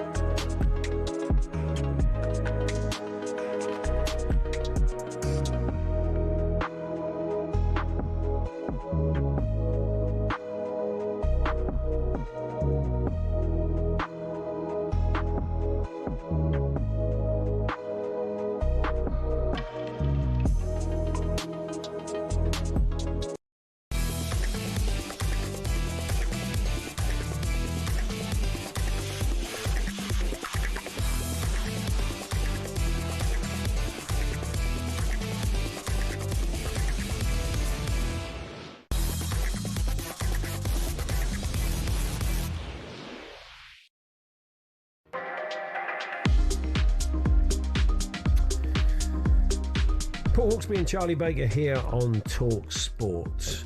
And this is a great idea. Yeah. And it appears to be working. It's getting people into languages via another medium, and not necessarily football, but obviously as we're Talk Sport, that's what we're gonna focus on. But this is fascinating. A school, I think, just outside Glasgow or in Glasgow. Our next guest will tell us more. It's the idea of Carlo Santi, who's I think the head of languages at the school there, and he joins us now. Carlo, good afternoon. Hi, Carlo. Hello, good afternoon. Can you hear me okay? Yeah, we can. Loud, Loud and clear. So, so tell us what you've been doing and how successful it seems to have been. Yeah, of course. So we do a project which is called Foot in the Francophonie, which basically involves, using football as the kind of hook to get kids a wee bit more interested in learning languages, and in particular to make it a bit more diverse rather than just the usual people that normally always pick languages. It tends to normally be girls of slightly more affluent areas that go into university to pick languages. So with this project, the aim is that we get more people from around the school and around whoever's doing the project to be more involved in a language. What happens is that we look at France and we look at the rich history that France has got and the rich history of all the countries in Africa they've got, and we look at the footballers that come from there and the ones that have maybe moved to France, and then the pupils will look at the player profile, they'll look at the country.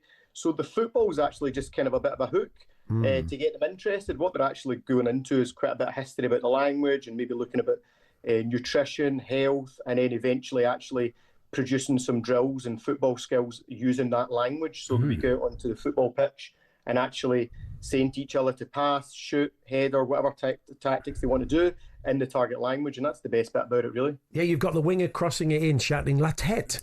Absolutely, yeah, absolutely. Whether he gets on the end of the cross, I don't know, but yeah. But it's it's a simple idea, but just it is a great way just to engage people in languages, and I think the point's being made that there's been a drop off in people learning languages, but at your school, you've seen a pretty tidy increase, hopefully through this program you're involved in. Yeah, we've been very lucky. I mean, as a department, we kind of decided that we wanted to change things a little bit from the way that traditionally we all did languages, which was mostly we sat in the class, we were given a textbook and told to learn 20 or 30 words, which most of the class didn't bother learning. So we realised, well, let's change things up. So we don't use any textbooks, and all the resources we produce from this project, another project, is all designed for the pupils in front of us, so it's relevant to them. We're a kind of inner city school in Glasgow, so the makeup of the pupils that we have is from all over the world. So it's got to make sure that when they're sitting in a classroom with us, that they can still engage with what we're teaching them, which I think does seem to be working. And we've been very lucky that the school's been very supportive as well. Everything that I've brought forward, we now do French, Spanish, Italian, and travel and tourism. So that's also been a huge help to know that the school's behind us and the pupils see that as well. And I think that's been a big part of the rise in numbers of pupils picking it, which is great. I double check the pronunciation. Is it St Roach's Secondary? St Roch's. St Roch's. Okay, it's in Royston. That's right. And are other schools picking up on this? Is it something you think could be transferable with other schools? Yeah. So right now, I think last year's project, had 17 different schools that were involved in it, and they're all sending in their own videos, their own player profiles, all their own resources. So from the outset, it was myself and another 2 schools. We basically prepared all these resources that could be shared with whoever wanted them. That was the plan, that this would always be a kind of open competition. And then, the beauty of it as well is that once they finally send in those videos, they go through to the competition. And if they get into the competition, they get to go to the university. And then they produce this like football French that they've learned. So they do all these drills in front of a French professor, in front of ex-professionals. And that itself is just so powerful for a lot of the pupils we have. That might be the first time they've ever been into a university.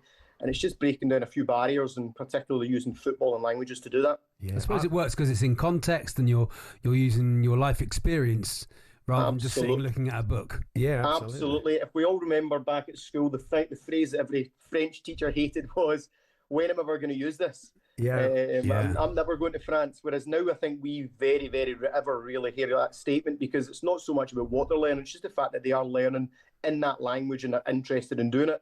Everything else that they want to learn after that will naturally follow the further on they go with the language. But it's making sure that rather than just sitting down and learning a few words, they're hearing those words in different contexts, and that's how they're learning the different vocab that they're going to use. And football's been a huge a huge help in that. Just the pupils will look at, maybe they'll see Kylian Mbappe as the player we're going to study, but what we're actually looking at, we're not watching YouTube videos of him playing football. We're actually looking at that he came from one of the poorest neighbourhoods in Paris, that his family have also come over from Africa. So we look at all those different aspects, and then we look at like the bits of racism that are going to happen in the country. So it's quite intense what they study, but the hook of football definitely helps. The pupils are interested. They maybe already know a little bit about it from themselves, and that's been brilliant for us. It's been really helpful. Yeah, I can imagine it's quite good that a few of the Rangers students didn't know any words of Flemish last night. Yeah, or indeed any Kazakh. Yeah, any of the Celtic fans know a bit of Kazakh. I mean, not to give away too much, but the results last night went down very well in my school. Yeah, I was going to say, I doubt if whatever side of the which side of the M8 are you? The old firm. It's not been a great couple of days for Glasgow football, has it? Really, Carlo? No, it's not. And thankfully, there's very few French players that will be getting the blame in my class, so that kind of helps as well. But again, we use all the players that have moved over to Italy. Like we show quite a lot of those clips in class. And even the very basic ones where you can see McTominay's a perfect example. Yeah. He's picked up a few words in Italian, but it's not the fact that he only speaks a few words. You can see what those words mean to the Napoli fans. They love that he's making an effort to learn something. And that's the one that we want. We want all the kids to know that languages are for everyone. It doesn't matter what level you're studying at. In a department, we make a huge push that it doesn't matter what level you get to, just that you can say a little bit, or that you can try a little bit, or learn a bit of culture. That's what people love when you go abroad. That's what they really take to their hearts, Fantastic. Carlo, well, more power to you. Thanks very much for joining us. Thanks, guys, for having me. It's been amazing. Thank you. Carlo Santi there is the principal teacher of modern languages. Great teacher, Paul. St. Roch's in Glasgow. Yeah, we all had great teachers you only like need one. You only that need you one. couldn't relate to. Yeah, exactly. Yeah, we always had people like that. Exactly. Mr. Patton, John Patton was one very nice guy. We had Mr. Peach, who was one of our teachers, who would, while we were doing the lesson, he'd just put on like Pink Floyd, or would he? And that's nice. Like Neil Young and stuff. There was always the teacher. Play music. There was always the teacher though. You knew if he came in, if you got him onto something. Yeah, football or music. You could do half an hour. Sir, before we do the Romans, I was listening to the latest. I was listening to the Who album. Is it the Who, sir? I don't know. Is it the Who? Yeah, I was listening to the Who last night. They were good, weren't they, sir? For about 20 minutes, couldn't you? Yeah, they're good. And Charlie, no wonder you got your GCSE woodwork. So, still to come this afternoon, Will Pugh's going to join us. We're going to be looking at some of the transfer stories of the day. We've got Tottenham by numbers going on around Xavi Simons. I'll tell you more about that in a moment. Ant Anstead joins us. He is somebody you see a lot on TV, a man who knows his cars. He's a big Southampton fan. Wheeler Dealers, he did lots of other fine car shows. He's going to pop in and see us, tell us what he's up to. And we'll have a birthday spread. Charlie smarting after getting a real kicking from Danny Kelly last week. About it. Can he bounce back? We'll find out in the next hour.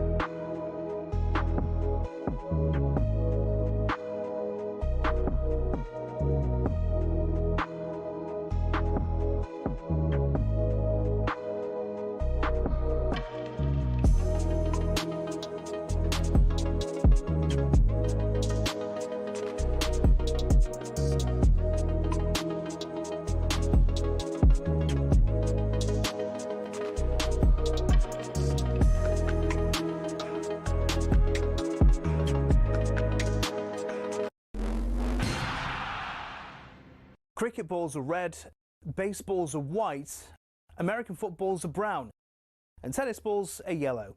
We don't even think about it really, but the story behind the tennis ball is actually quite interesting and even involves Sir David Attenborough. I know, here's the tale.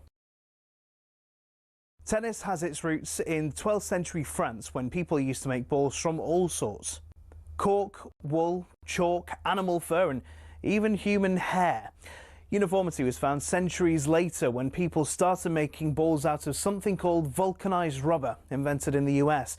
But the balls kept on breaking, so a British lawyer, who also loved tennis, suggested they put a flannel covering on the outside, and thus the tennis ball as we know it was born.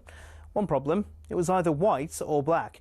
And when the controller of BBC Two, Sir David Attenborough, decided Wimbledon would be shown in colour on the BBC in 1967, no one could actually see the balls on telly.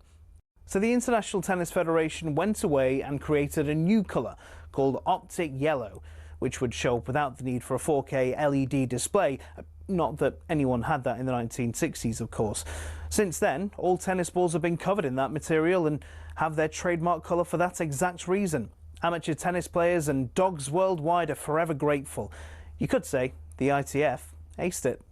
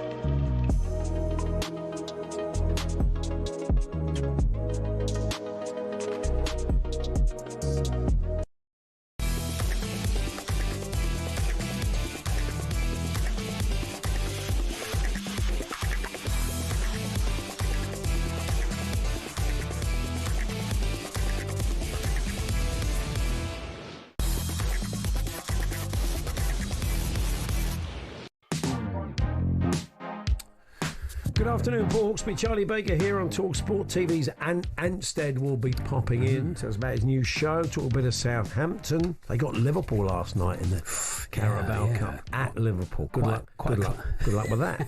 We'll see what Ant made of that. We got a birthday thread, but before that, we're talking transfers.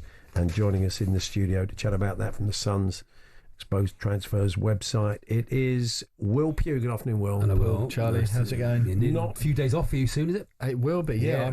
He hibernates. They put him in a little cardboard box with some straw. Oh, that's nice. And then we wake him up in January. On December the 31st. Will, can you come in again tomorrow? Yeah. So where should we start? Well, we can start at Chelsea, I think, is the most interesting one, because as we've discussed most Thursdays for this transfer window, it's merry-go-round season. It's all hotting up now with the deadline on Monday. It's actually very exciting. Sometimes you come towards the end of the window and there's sort of not much going on. You're hoping one or two might fall, but lots of sort of dominoes or cards waiting to fall, I think. Alejandro Garnacho, first of all. We're reporting on the back page of The Sun today. Chelsea closing in on a £40 million deal. All summer long this interest has been there. Garnacho wants Chelsea want him. They had to sort getting some players off the books because they got that big fine from UEFA earlier on in the summer. For breaching the spending rules and all that. They didn't want to be in a position whereby they couldn't register players like we've seen with Barcelona, so they needed to cover getting players off the books. Nkunku and Jackson, it looks like, will leave. Nkunku, AC Milan it is. He's in Milan at the moment. £38 million deal. So there's lots of sort of moving parts in this. That's a good one for Chelsea because that represents pretty much a break even for them PSR wise, which means they should be able to do a deal for Garnacho. The £40 million, as I say, he wants that deal. That one should should go ahead. Xavi Simons, though, is the interesting one. Chelsea, there's been interest in him all summer long, but 60 million quid RB Leipzig want for him. It now appears he's in London.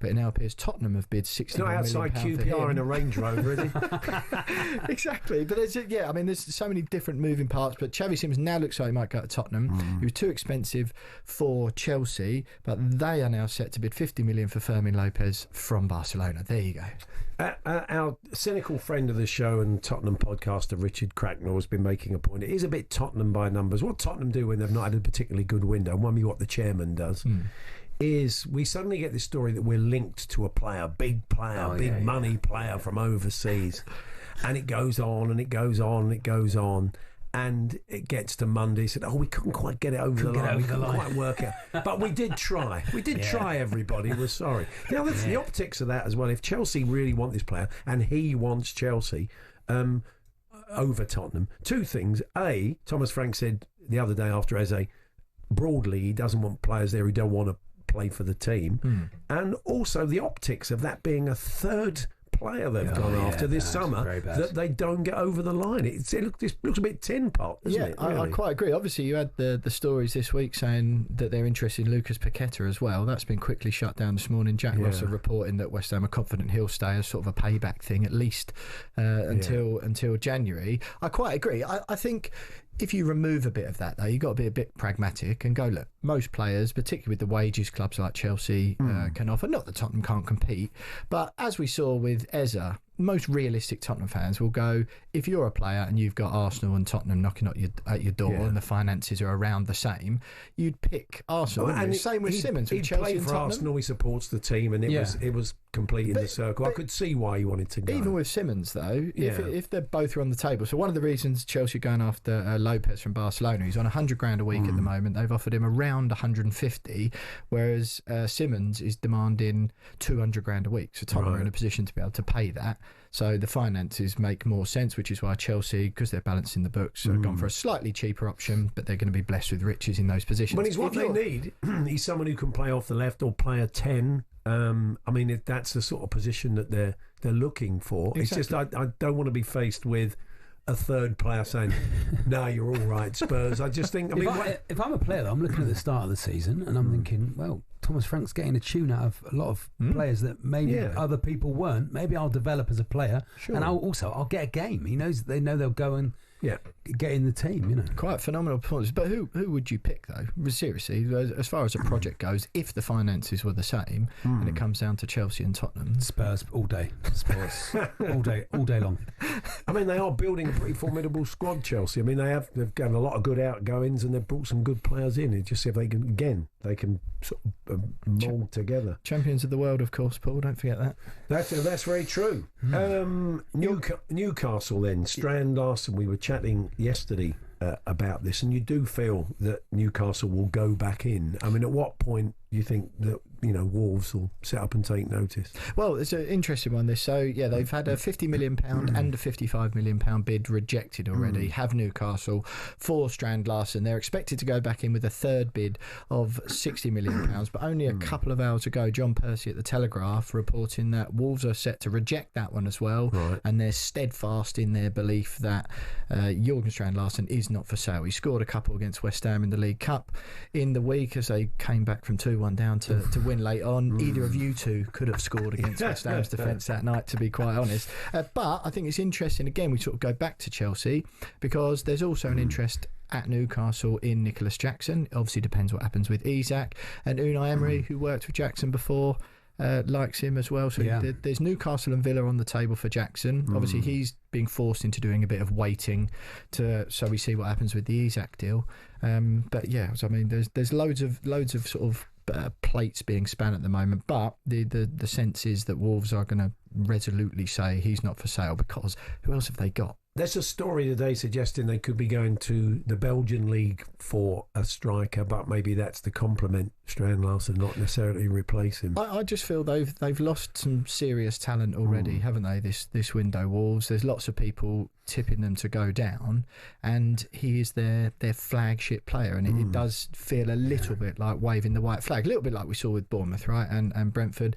They've sold a lot of their big assets this window. window, but those clubs, I know everyone's got a price. They've got to draw a line somewhere, haven't they? You can't just wave goodbye to all your big talent in one window and then expect to stay up. It's too much of a risk. Not on your list. Harvey Elliott? Not heard from him, not seen him. Linked to Spurs, I think. Palace link yesterday, Palace wasn't link. it? Yeah. We've had Palace, we've had Brighton, we've had West Ham. And also staying at Liverpool. RB Leipzig, that was what we discussed last week, wasn't it? The staying at Liverpool. There was obviously this bit of an emotional farewell at the end of last season. There was very much the understanding or the sense that he would go. Lots of offers on the table if he wants. Liverpool aren't desperate to sell him. They're in a good position financially. I don't think there's a huge rush, but lots of interested parties, and I just think it might be a late on in the window one. Yeah, he obviously has eyes on potential World Cup places. I was going to say, he needs to be England playing squad coming regular up. football, having done so well for the 21. Exactly. Well, that's why these windows and the one coming up in January, I find them to be so interesting. You just look at Jack Grealish, for example. He likely doesn't make that move if it's not a pre-World Cup year. I mean, he's still getting all of his wages and that sort of thing, but there are those going, perhaps is Everton his level? Could he perhaps played a bit higher, held out for a move to, say, Tottenham? If he was still available now, you'd think Tottenham might go for him. But lots of players across Europe will have that in their mind at the moment. Anthony, we're seeing, he's about to go back to Real Betis. The United sort of sanctioning alone, he's just desperate to play this year because he wants to play for Brazil, and I think that'll be true of lots of players. So therefore, as the window rumbles on, they might be more inclined to accept a move from perhaps a footballing point of view that some people raise some eyebrows, and financial point of view as well. They're willing to take a bit of a hit on wages or whatever, just so they're as good as guaranteed game time. Donnarumma, there's been this link to City, which is a bit of a weird one. Strange, isn't it? Yeah. What's the latest on that? So the latest story today, the reports are Donnarumma hasn't given up on a move to Manchester City. Right. I mean, I haven't given up on playing for West Ham one now. But well, I don't know at the moment. This season, to be fair, take your boots at the weekend. Get down to Rush Green. Yeah. So that's the latest movement at the moment. The story has always been it would only be considered or sanctioned if Ederson goes. Ederson's got a year left on his Man City contract. They haven't sort of tripped over themselves to try and extend him. If they're going to cash in, it will be this summer, maybe in January. He wants the Galatasaray move. There's also interest from Saudi as well, which, to be fair, anyone who's ever played for City, United, Chelsea, Liverpool, Arsenal, there'll always be interest from Saudi. Yeah. He would he would fancy that move, but the Donnarumma one would only be sanctioned if Ederson goes. Right. PSG initially wanted £46 million. Rumours coming out of France now that they would accept closer to 26 to 27 million pounds. But the question remains, doesn't it? The way is he good plays. enough with his feet? Yeah. In light of what happened last week. And James Trafford had a bad weekend. Yeah, he had exactly. a very bad weekend. Yeah, it does sense that Man United might need a goalkeeper. Quite. Yeah, Looking at last night, I think Man United need a goalkeeper, Paul. Yeah, that it was wasn't a great. He didn't cover himself in glory. But that was the second goal. Man alive! I mean, what was he doing? They could sign Christy Pym, couldn't they? The Grimsby goal. Well, he's a United fan. Yeah. It was seriously funny, wasn't it? Because he sounded a little bit miffed after the game. He admitted it. Yeah. Well, that is, he's got a West Country accent, and they always just sound annoyed. No, is that Is that whatever's happened? It's like they nick their ice cream, whatever. Generally downbeat. Just mainly scared of seagulls turning up. Yeah, at all times. So your YouTube show, you're going to be sort of busy, I would imagine, next few days. Yeah. Absolutely, yeah. Monday, so what have you got? 1st of September. The transfer window slams shut at 7 p.m. It does. Live into a deadline day drive show. Are you on that, Will? I'm not on the deadline day drive show. Which one are you on? I'll be tucked up in the Sun Sport studios, delivering live transfer deadline day updates, which you can find across all Sun Football and Sun Sport social media platforms. Okay, yeah. So you can listen to Andy and Darren from 4, and it's a deadline day special with Jim is the deadline day himself, and Alex Crook and Danny Murphy's going to join, and they're going to dissect all of the last minute deals, and there'll still be deals coming in up to about 10 o'clock, you would think, as we discover whether they've got the paperwork over the line. And so we'll have a complete inside track. Myself and Andy will be right across it all day. So yeah, I think it's going to be a very busy one. Does it feel that to you? I think so. With all of these sort of deals we're discussing at the moment, loads of deals sort of rely on other ones getting done. I think the Isaac one will cause, or if that gets done, will cause lots of cards to cascade. Yeah, it depends how late it gets done. of course, doesn't it? Well, 7 p.m.'s the deadline, isn't it? So it might be not such a early morning for everyone like usual, but available for dial-ins, of course, on deadline day if you need me. You're there. Steak for tea. Thank you, Will. Thanks Pleasure, very much. Yes, so Will Pugh there, and talksport.com. Go and check it out. All the latest transfer news unfolding. Ant Anstead will join us in the studio. Southampton fan. He has a new show on TV. Of course, it's car related. He'll tell us more about that in a few moments' time, and then we'll have a birthday spread. We're here with Toolstation and the Hawksmoor lawnmower range in store, on app and online. Next stop, Toolstation.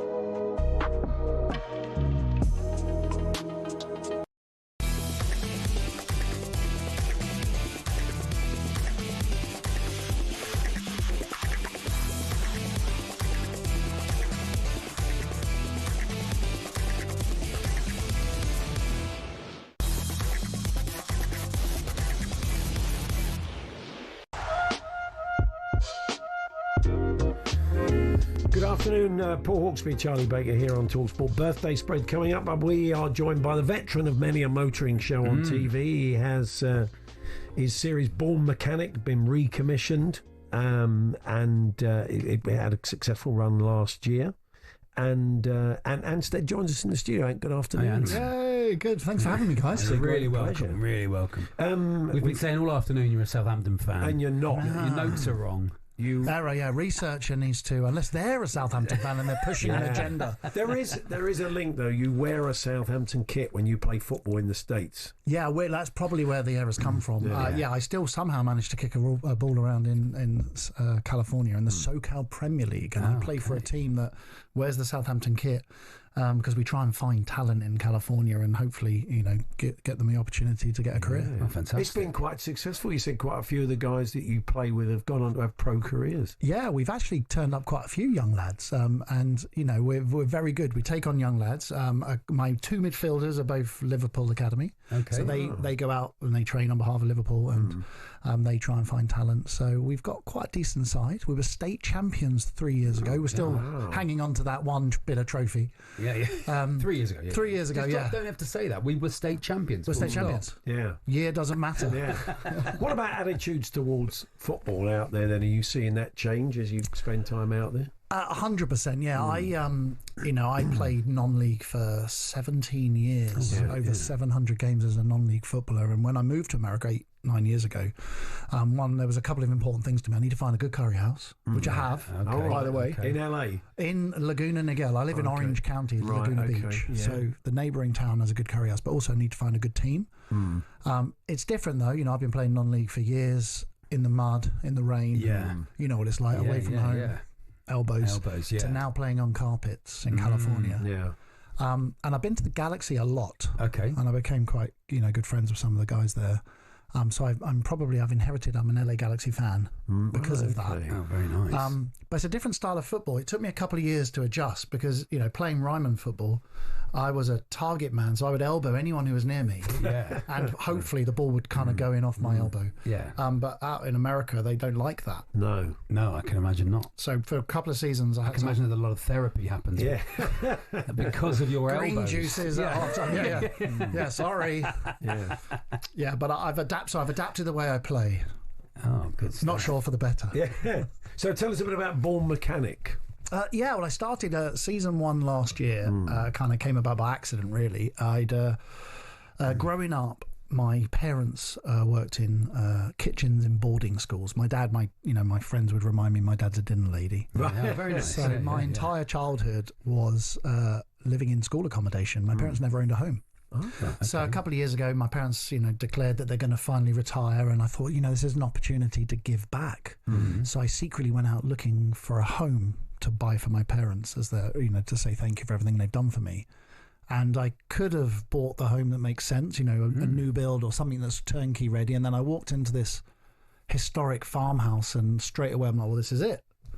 Had a survey done, it was terrible, don't buy it. All my friends are like, run away, this is going to be a nightmare. But of course I ignored them. Yeah. And I bought this home thinking, well, this is going to be a modest restoration. Yeah. Sure enough, it wasn't.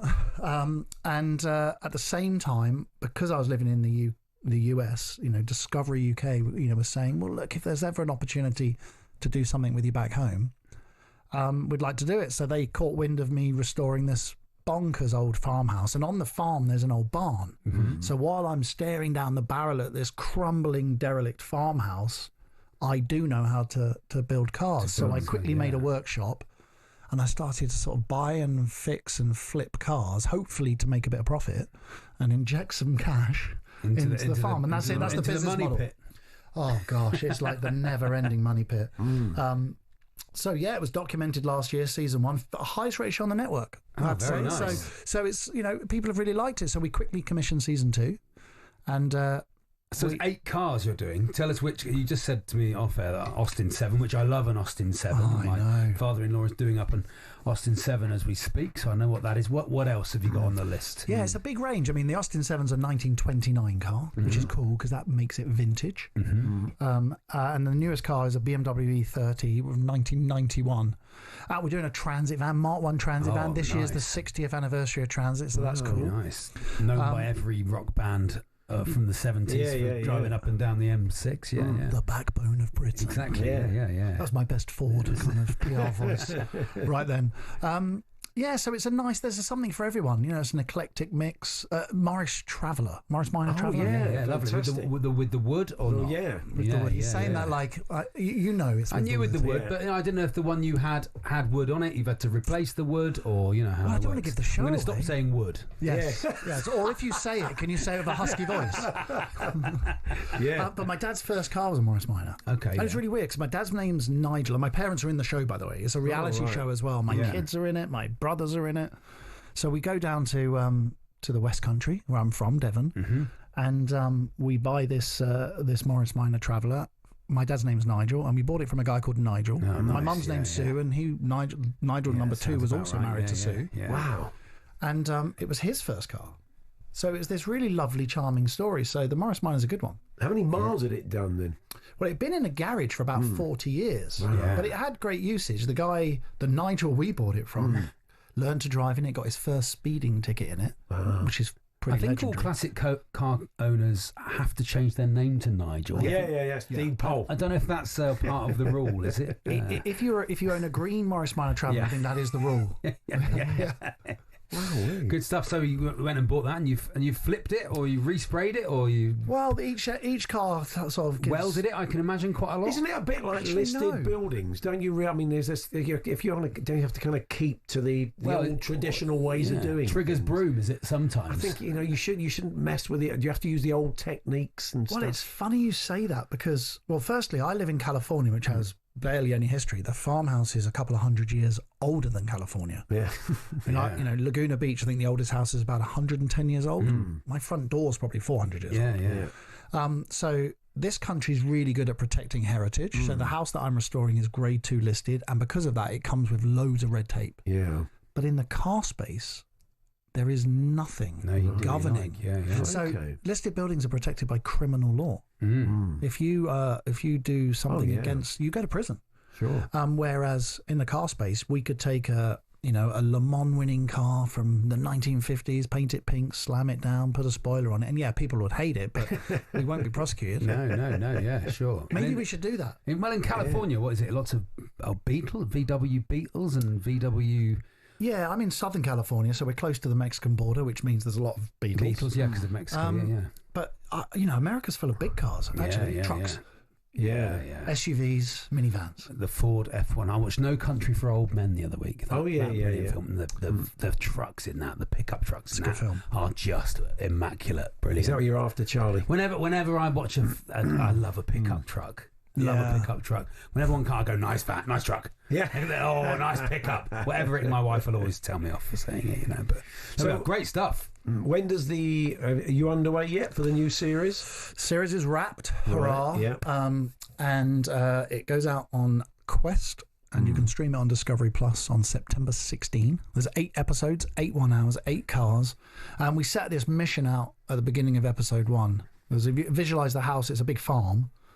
As a pair of semi-detached homes, because the rear end of the farm is derelict. It's condemned. I have to physically take it down. Yeah. But the front half, which is ironically the oldest bit's quite good. So the plan is, in episode 1, can we get my folks moved into the front half while we emotionally write off the back half? Right. Yeah. So that's the You've got mission. to get them out of that travel lodge. Really, they can't stand there any longer. Yeah, well, they're in the back of the transit. They're living in the back of the transit.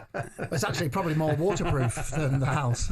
Fantastic. Good stuff. And lovely to meet you. Thanks, Ant. Thank you very much for coming in. And Born Mechanic is back next month, isn't it? Starting from next week. Yes. Good to see you. Thank you too, guys. Thanks for having me. Take care. And Anstead there. We've got a birthday spread coming up very, very shortly. Then we'll hand over to Andy Goldstein and Darren Bentwood Drive at 4.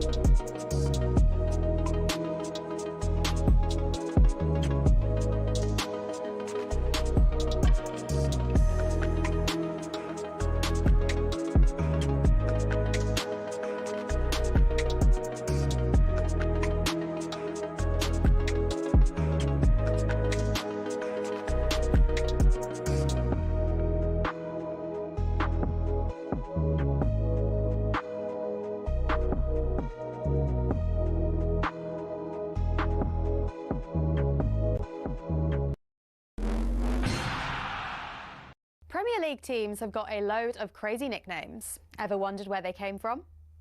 Some are pretty straightforward. Arsenal are the Gunners because they were founded by a group of munitions workers, and Bournemouth are the Cherries because their old stadium was built right next to a cherry orchard. Then there's Everton. They're dubbed the Toffees, but why? Well, because when the club was formed, just down the road there were two local toffee shops. Ipswich Town nicked their nickname off their opponents in the late 90s, Birmingham. The term Tractor Boys was chanted as a way to tease the team about their farming background, but they started using it themselves as a way to cheer on the team in victory instead. Take that, Birmingham. Let's head to Leicester, famous for more than just a red, well, orangey cheese and Jamie Vardy. Leicestershire's also the birthplace of fox hunting, hence the Foxes. Crystal Palace's nickname came from an extreme makeover. They were having a nightmare run in the 70s, and when they were relegated, their manager, Malcolm Allison, wasn't having it. I know what will make us better, he thought, a new nickname. The Strong and Deadly Eagle sounded like a pretty good bet. And there's more to that story. Brighton used Palace's nickname to inspire their own. Ooh, bird, they thought, let's just pick a different one for us. And so in a heated match between the two teams back in 1976, when Palace fans began chanting Eagles, Eagles, Brighton fans had the perfect reply. Seagulls, seagulls. So next time the away end's chanting their crazy nickname, you'll now know exactly where it came from.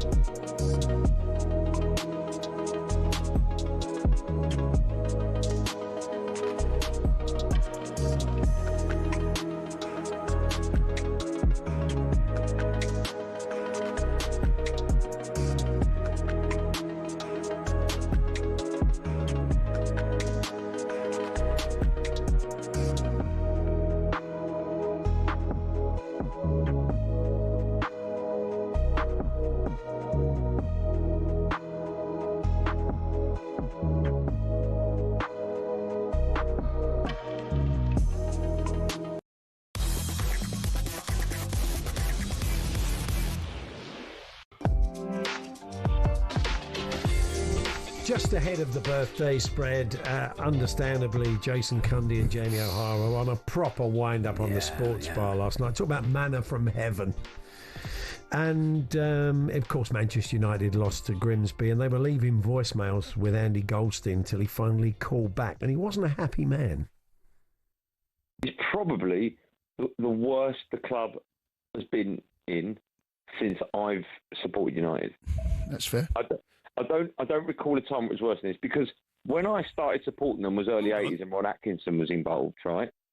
And the aspirations weren't anywhere near as big as they are now, right? Because Fergie's been there, won a treble, won everything, won 13 league titles and everything. And so the expectations are huge now. When Ron Atkinson was there, it was like maybe nicking FA Cup and top four or whatever. But now when I look at Man United, I'm like, okay, things aren't as bad as they were. Is that me? Is that me? It's you, Stinks. Boy, I've got a great voice. I didn't know that. So there we are. Tuning in to drive right They're after naughty us. boys. Yeah, well, those outfits, they brought them in on the off chance, did they? Tune in to drive right after us at 4 to catch Andy as he rants even more about the sorry state of the club. He'll be on with Darren Bent, who'll take no pleasure from that meltdown. They'll both be joined by European football expert Kevin Hatchard as well, because the Champions League draw is live from 5 o'clock. So a busy show. Yeah. Just a heads up on breakfast tomorrow. Big Alan's old mate Rod Stewart will be joining the guys ahead of the Old Firm derby. Wake up, Alan, I think I got something to say to you. That's what he could start with. He could start with that. He could start with that. My guess is... I love you, honey. That was a bit crackerjack. So, let's do the birthday spread, shall we? A very simple game in which Andy Jacobs collates 10 birthdays. Yeah. And he has a little funny brilliant attached joke to it. Little funny attached to each one. And it's the job of myself and Charlie to guess the ages of these people. Some will know, some we won't. A margin of error will, Bill. We won't be exactly on the money every time. And it's the one with the shortest margin of error through 10 guesses that is the winner. I didn't play last week, but Danny Kelly did. And you got a shellacking. No, from I just Big got off to Dan. a bad start. I got Sean Penn very wrong, and then I couldn't cope with the level of Andy's jokes. I was laughing too much. Ah, that's a good sign. And Jeff tried no toppers. He seemed to be in a bit of a mood. Yeah. So I thought we'd just leave it. Andy keeps Andy's here. He keeps showing a pig with a talkSPORT outfit on. What is that, Andy? He's called Talk Pork. You like him, mate? Talk Pork. Did you make him? Really? Well, you won't be able I to painted see. him. Really? Wow. It doesn't look homemade. I bet Nat West are on the phone. Yeah. Talk Pork. Yeah, he's the piggy bank. That's a very different Surely channel. Pork Sport.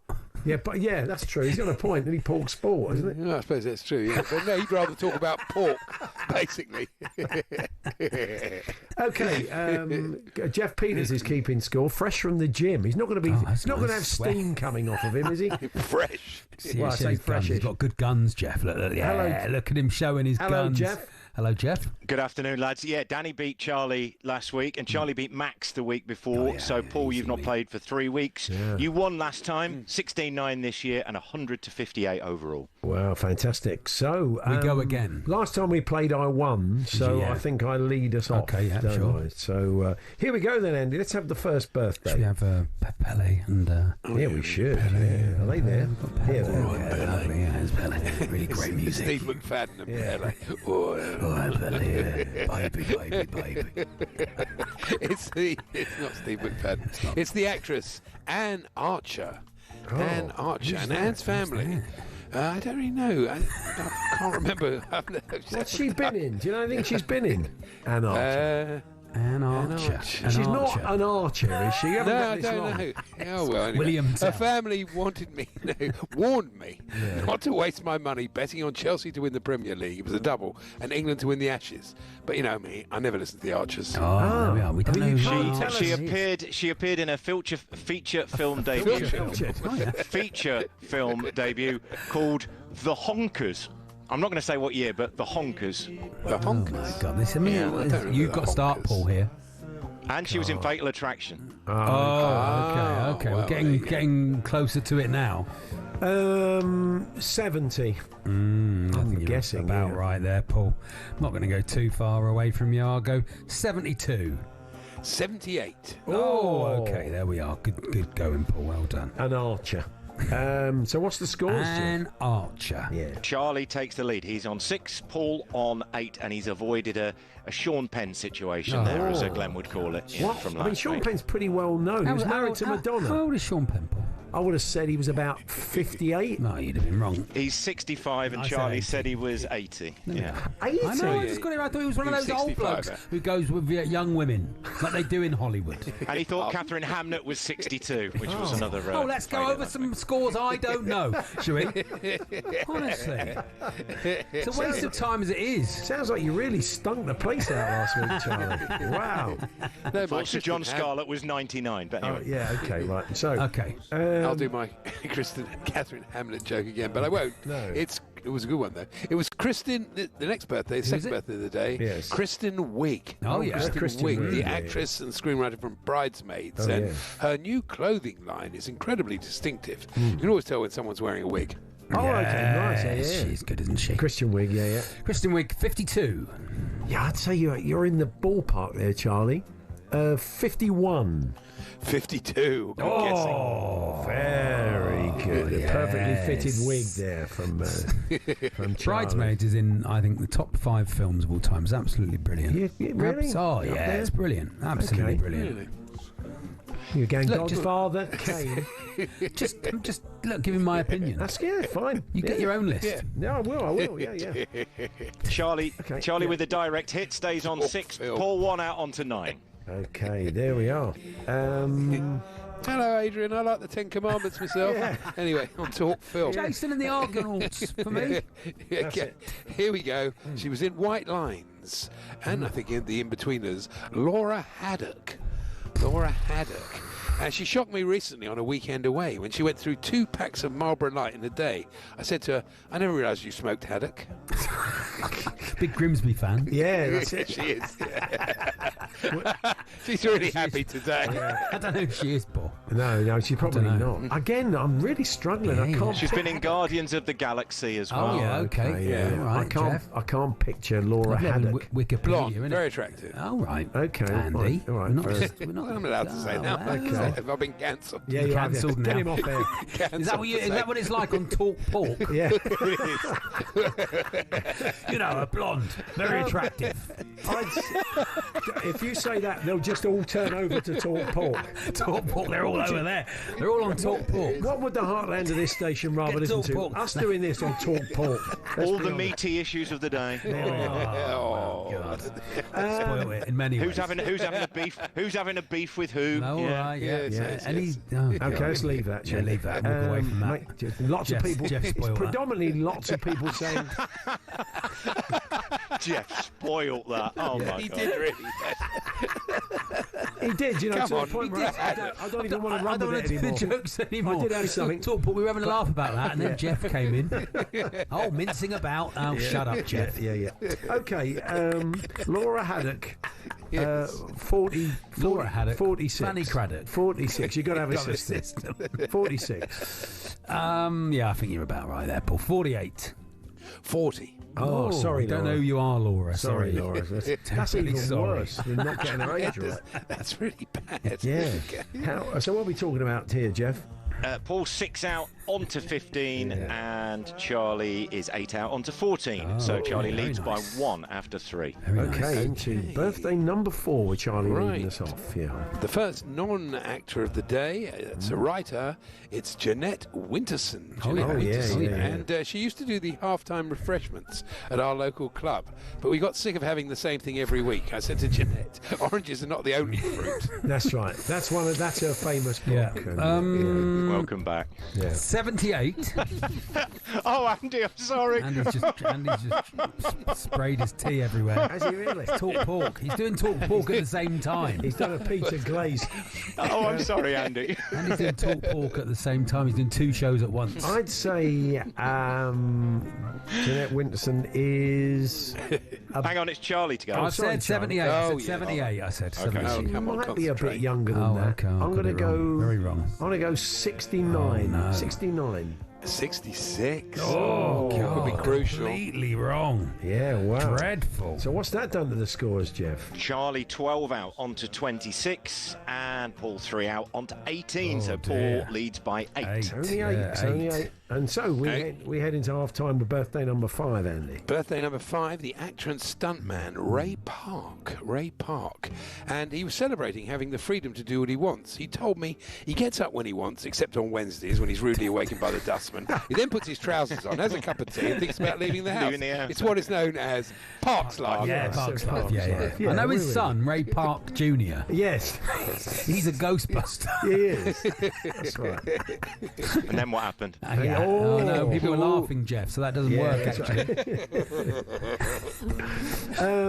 Is it me? It's me. It's you, Paul. Ray Park, Ray the Park. stuntman. Stuntman and I don't actor. know. Not a clue. We've had... All I can currently see is John Thompson, stuntman from the Fast Show.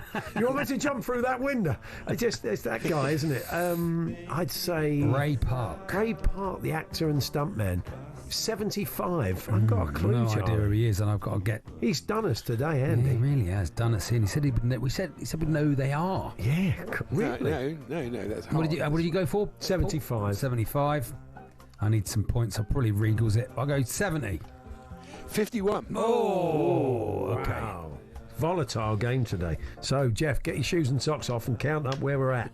Paul, 24 out on that, so goes from 18 to 42. Charlie, 19 out and goes from 26 to 45. So Paul leads by 3 at the halfway stage. Wow. As always, it's been a difficult game today, folks. I don't know if you're finding the same issues we are, but we would love to hear how you're getting on currently at talksport.com/H&J. You can text it to 81089. You can tweet it to TSH&J. And we'll discover how the listeners faring, and we'll bring you the second half in a few moments' time. We're here, of course, as always, with Tool Station and the award-winning Hawksmoor lawnmower range. It's not a Hawksmoor. It's got the Hawksmoor people on the phone, Paul. They're saying the voiceover's off.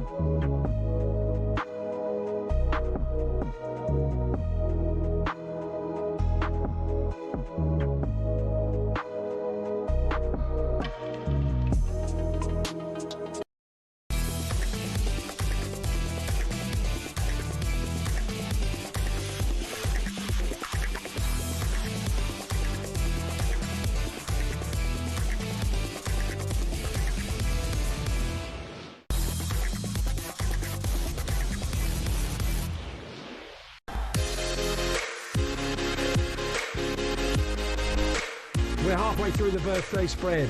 Charlie Baker is on 45. I'm on 42, just 3 ahead. Steve's given up. He's on over 90. Wow. 26th after the first half and 2 direct hits. Chuffed with that. That's Mike in Gloucester. I lost track of my score after talkSPORT recommendation that I look up Laura Haddock. That was Jason Brighton. 20 points despite knowing none of them. Rob, 21 out of the break. All down to the use tactics board that I bought on eBay at midnight last night. Cue knee slide Dave from Skem, and one more. Danica, she's on 43. Danica playing for the first time with my dad. He's winning. There we come on, Danica. You can get back into this, Danica. Get back definitely. in there. Patrick sat on a lovely sandy beach in Nice, ready for Charlie to get a trouncing in the best game in the world. What are He you on said. about? Oh, really? Grow up, Patrick. Have a nice holiday, Patrick. So, Charlie to lead us off for birthday number 6, Andy. What's happened to Betty's ironing shop? Oh, no, the ironing shop, yeah. Best ironing shop in Wakefield. Yeah. It's not Betty's, They have is it? been in touch. Now, hold on a minute. Let me just find it. Because we do have to get our ironing done at some point, so it's good that we do. I thought you were opening a shop next door. Yeah, I am. Charlie's ironing. Deb's ironing shop. Yeah, here we go. Stupid game. I'm on 37 from John at Deb's ironing shop. Yeah, I'm opening a spy ironing shop. Yeah, next door to Deb's. It's good, isn't it? Mocha Joe's. So exactly. Okay, here we go. It's the novelist, critic, and biographer of George Orwell, DJ Taylor. Taylor. Yeah. And I was incredibly grateful to him yesterday evening when he pushed me out of the way of an oncoming car. Last night, DJ saved my life. That's very good, DJ Taylor. Not novelist and writer. What does it say again? He biographer of George Orwell. Biographer, not autobiographer. No, he's not George Orwell. He's not George Orwell. How do you think he is? DJ Taylor sounds like he's on the ones and twos. Yeah. George Orwell in the house. Here we go.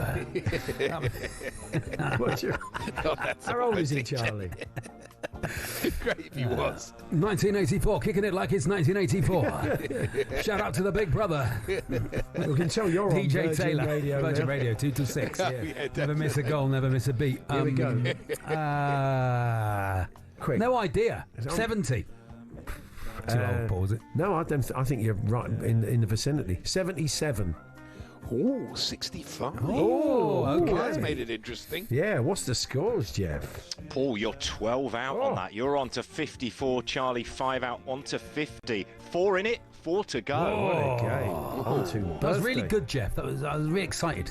Okay. It was really good. He'll soon change his tune if he's losing it's really again. good. It was really good. No toppers, you see. Toppers. Yeah. Just concentrating on the score. Yeah. Okay. Birthday number it's 7. the singer from The Grateful Dead. Oh, yeah. It's Donna Jean Cho. Oh, yeah. Who? Donna Jean Godcho. Donna Jean Choncho. I've never heard that. Right, Donna, right? That's the first Donna, name. Donna, yeah, Donna. Jean. Yeah. Jean. Godcho. Godchaux. Godcho. Gotcha. Yeah. I looked Gotcha. it up. How you Gotcha. pronounce it. Anyway, Donna Jean I had Gotcha. Yeah. I know, because I had an appointment to interview her after hanging around for 3 hours. Yeah. I left. I got fed up with waiting for Godcho. Oh, good. I loved it. Very good. Very nice. I did say to Alex Brooker the other week, have you heard that clip of Josh Whittaker laughing like a duck? Yeah, and that's and what that is. He hadn't heard it, Oh, and it's he great. It's hadn't very good. realised that Josh, maybe that was a one-off. That is Josh laughing like a duck. So, I'd say I'd say, I mean, none of the Grateful Dead are, I mean, some of them are dead, let's be honest. But, and they're not grateful for it. No, but, not really. It's got to be 77. Oh, I've gone too young, I think. You've gone too young. You said it now. I've said it now. Too late. I think you've gone Can't too young. take it back. 84. 78. Oh, brilliant bit. What's that done to us?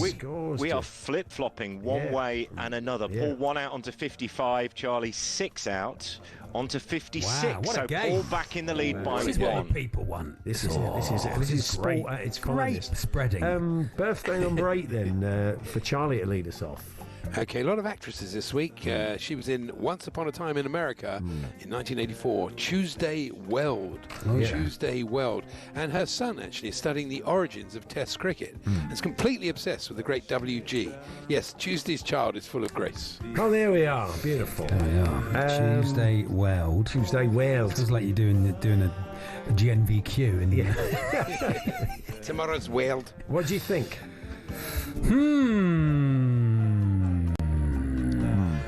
79. That's a pretty good guess, Charlie. I was going to go in the vicinity. 78. 82. Oh! So, Jeff, where are we at? It's incredible. Paul 4 out, Charlie 3 out. Clear my throat. 59 all. 59. What really? a game. What a game. Birthday number 9 then, Andy. Okay, it's the violinist Maxim Vengerov.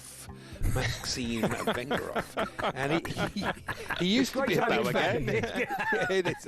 He used to be a big fan. That was a quick year, wasn't it? Your life goes like that, doesn't it? Well, as you both, all three of you know, Yes. he used to be a big fan of Adrian Durham Drive until Adrian started doing the Daily Arsenal. His constant anti-Gooner invective soon saw Vengerov. Soon saw Vengerov. Yes. That's right. And he's the violinist. Violinist. Maxime. Can't remember him. Maxime Wenger. It's I can't me, is it? remember him. It's me. It's me, No, it's actually. It's Paul. me. Oh, it's Paul. Good. Wow, good, this is good. tough. Maxime Wenger. 82. How'd you get the Wenger off? Yeah. What did you say? 82. 82. I sort of want to be one behind. Yeah. If I'm honest. Yeah, you'd be sensible to do that. So I need to go one way or the other. So I'm going to go 83. 51. Oh my gosh! Sounds old, doesn't he, really? I'm one behind. Yeah, this is great news where for you me. wanted to be. Superb news. So I have to lay down the marker. Yes, it's great play So from Jeff, me. I mean, the scoring's very poor, but the contest it's like a sort of 7-6 game. This isn't it? Yes, it's really? great. What's going on? The defending's Come on, Jeff. terrible. Come on, Yeah, Jeff. the managers aren't enjoying it. No. Paul 90 Yeah. and Charlie 91. Oh, that's as close Tight as as it it's can. What a game! Which means I have to go first. Yeah. Superb. This will be available on. Real bit of I've thrown away all my spare birthday, so I hope it's not a tie. Okay. Oh. Here we go then. Never mind. 10th and final birthday. It's the writer. Yes. I'll pronounce her name how it's pronounced. I looked it up. It's Annie Proulx, but it's pronounced Proulx. Yeah. She's the writer of Brokeback Mountain. Yeah. Annie Proulx. Annie Proulx, yeah. And her new book, though, is about an expedition to climb Everest, led by a former Rosenborg and Celtic striker. You must have read Bratback Mountain. Oh, very good. Annie Proulx. Annie Proulx. Annie Proulx. Man from the Prue. Manny Proulx. 69. Boom, boom, boom, boom, boom, boom. So I've got to be. Come on. 2 either way. Is that right, Jeff? Yeah, That's correct. 69. 71. Oh, she's 90. Hey!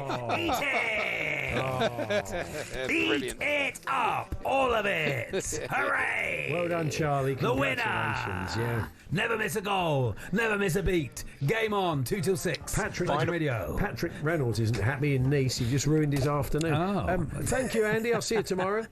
Yes, I'm off to try and persuade Xavi Simons not to sign for Spurs. You're right. I don't think that'll be difficult. No, I think he is. And Looks thank like you, he is. Jeff. We'll see you next week. Thanks, Jeff. Thank you. 111, 110 final score. Very Oh, poor what a game. scoring, but a great game. Easy game. Thank you, Great Charlie. jokes. See you on Tuesday. See you on Tuesday, Paul. But you are Saturday morning, 9 till 11, Max Rushton and me with the warm-up, and then 2 till 6 on Virgin Radio.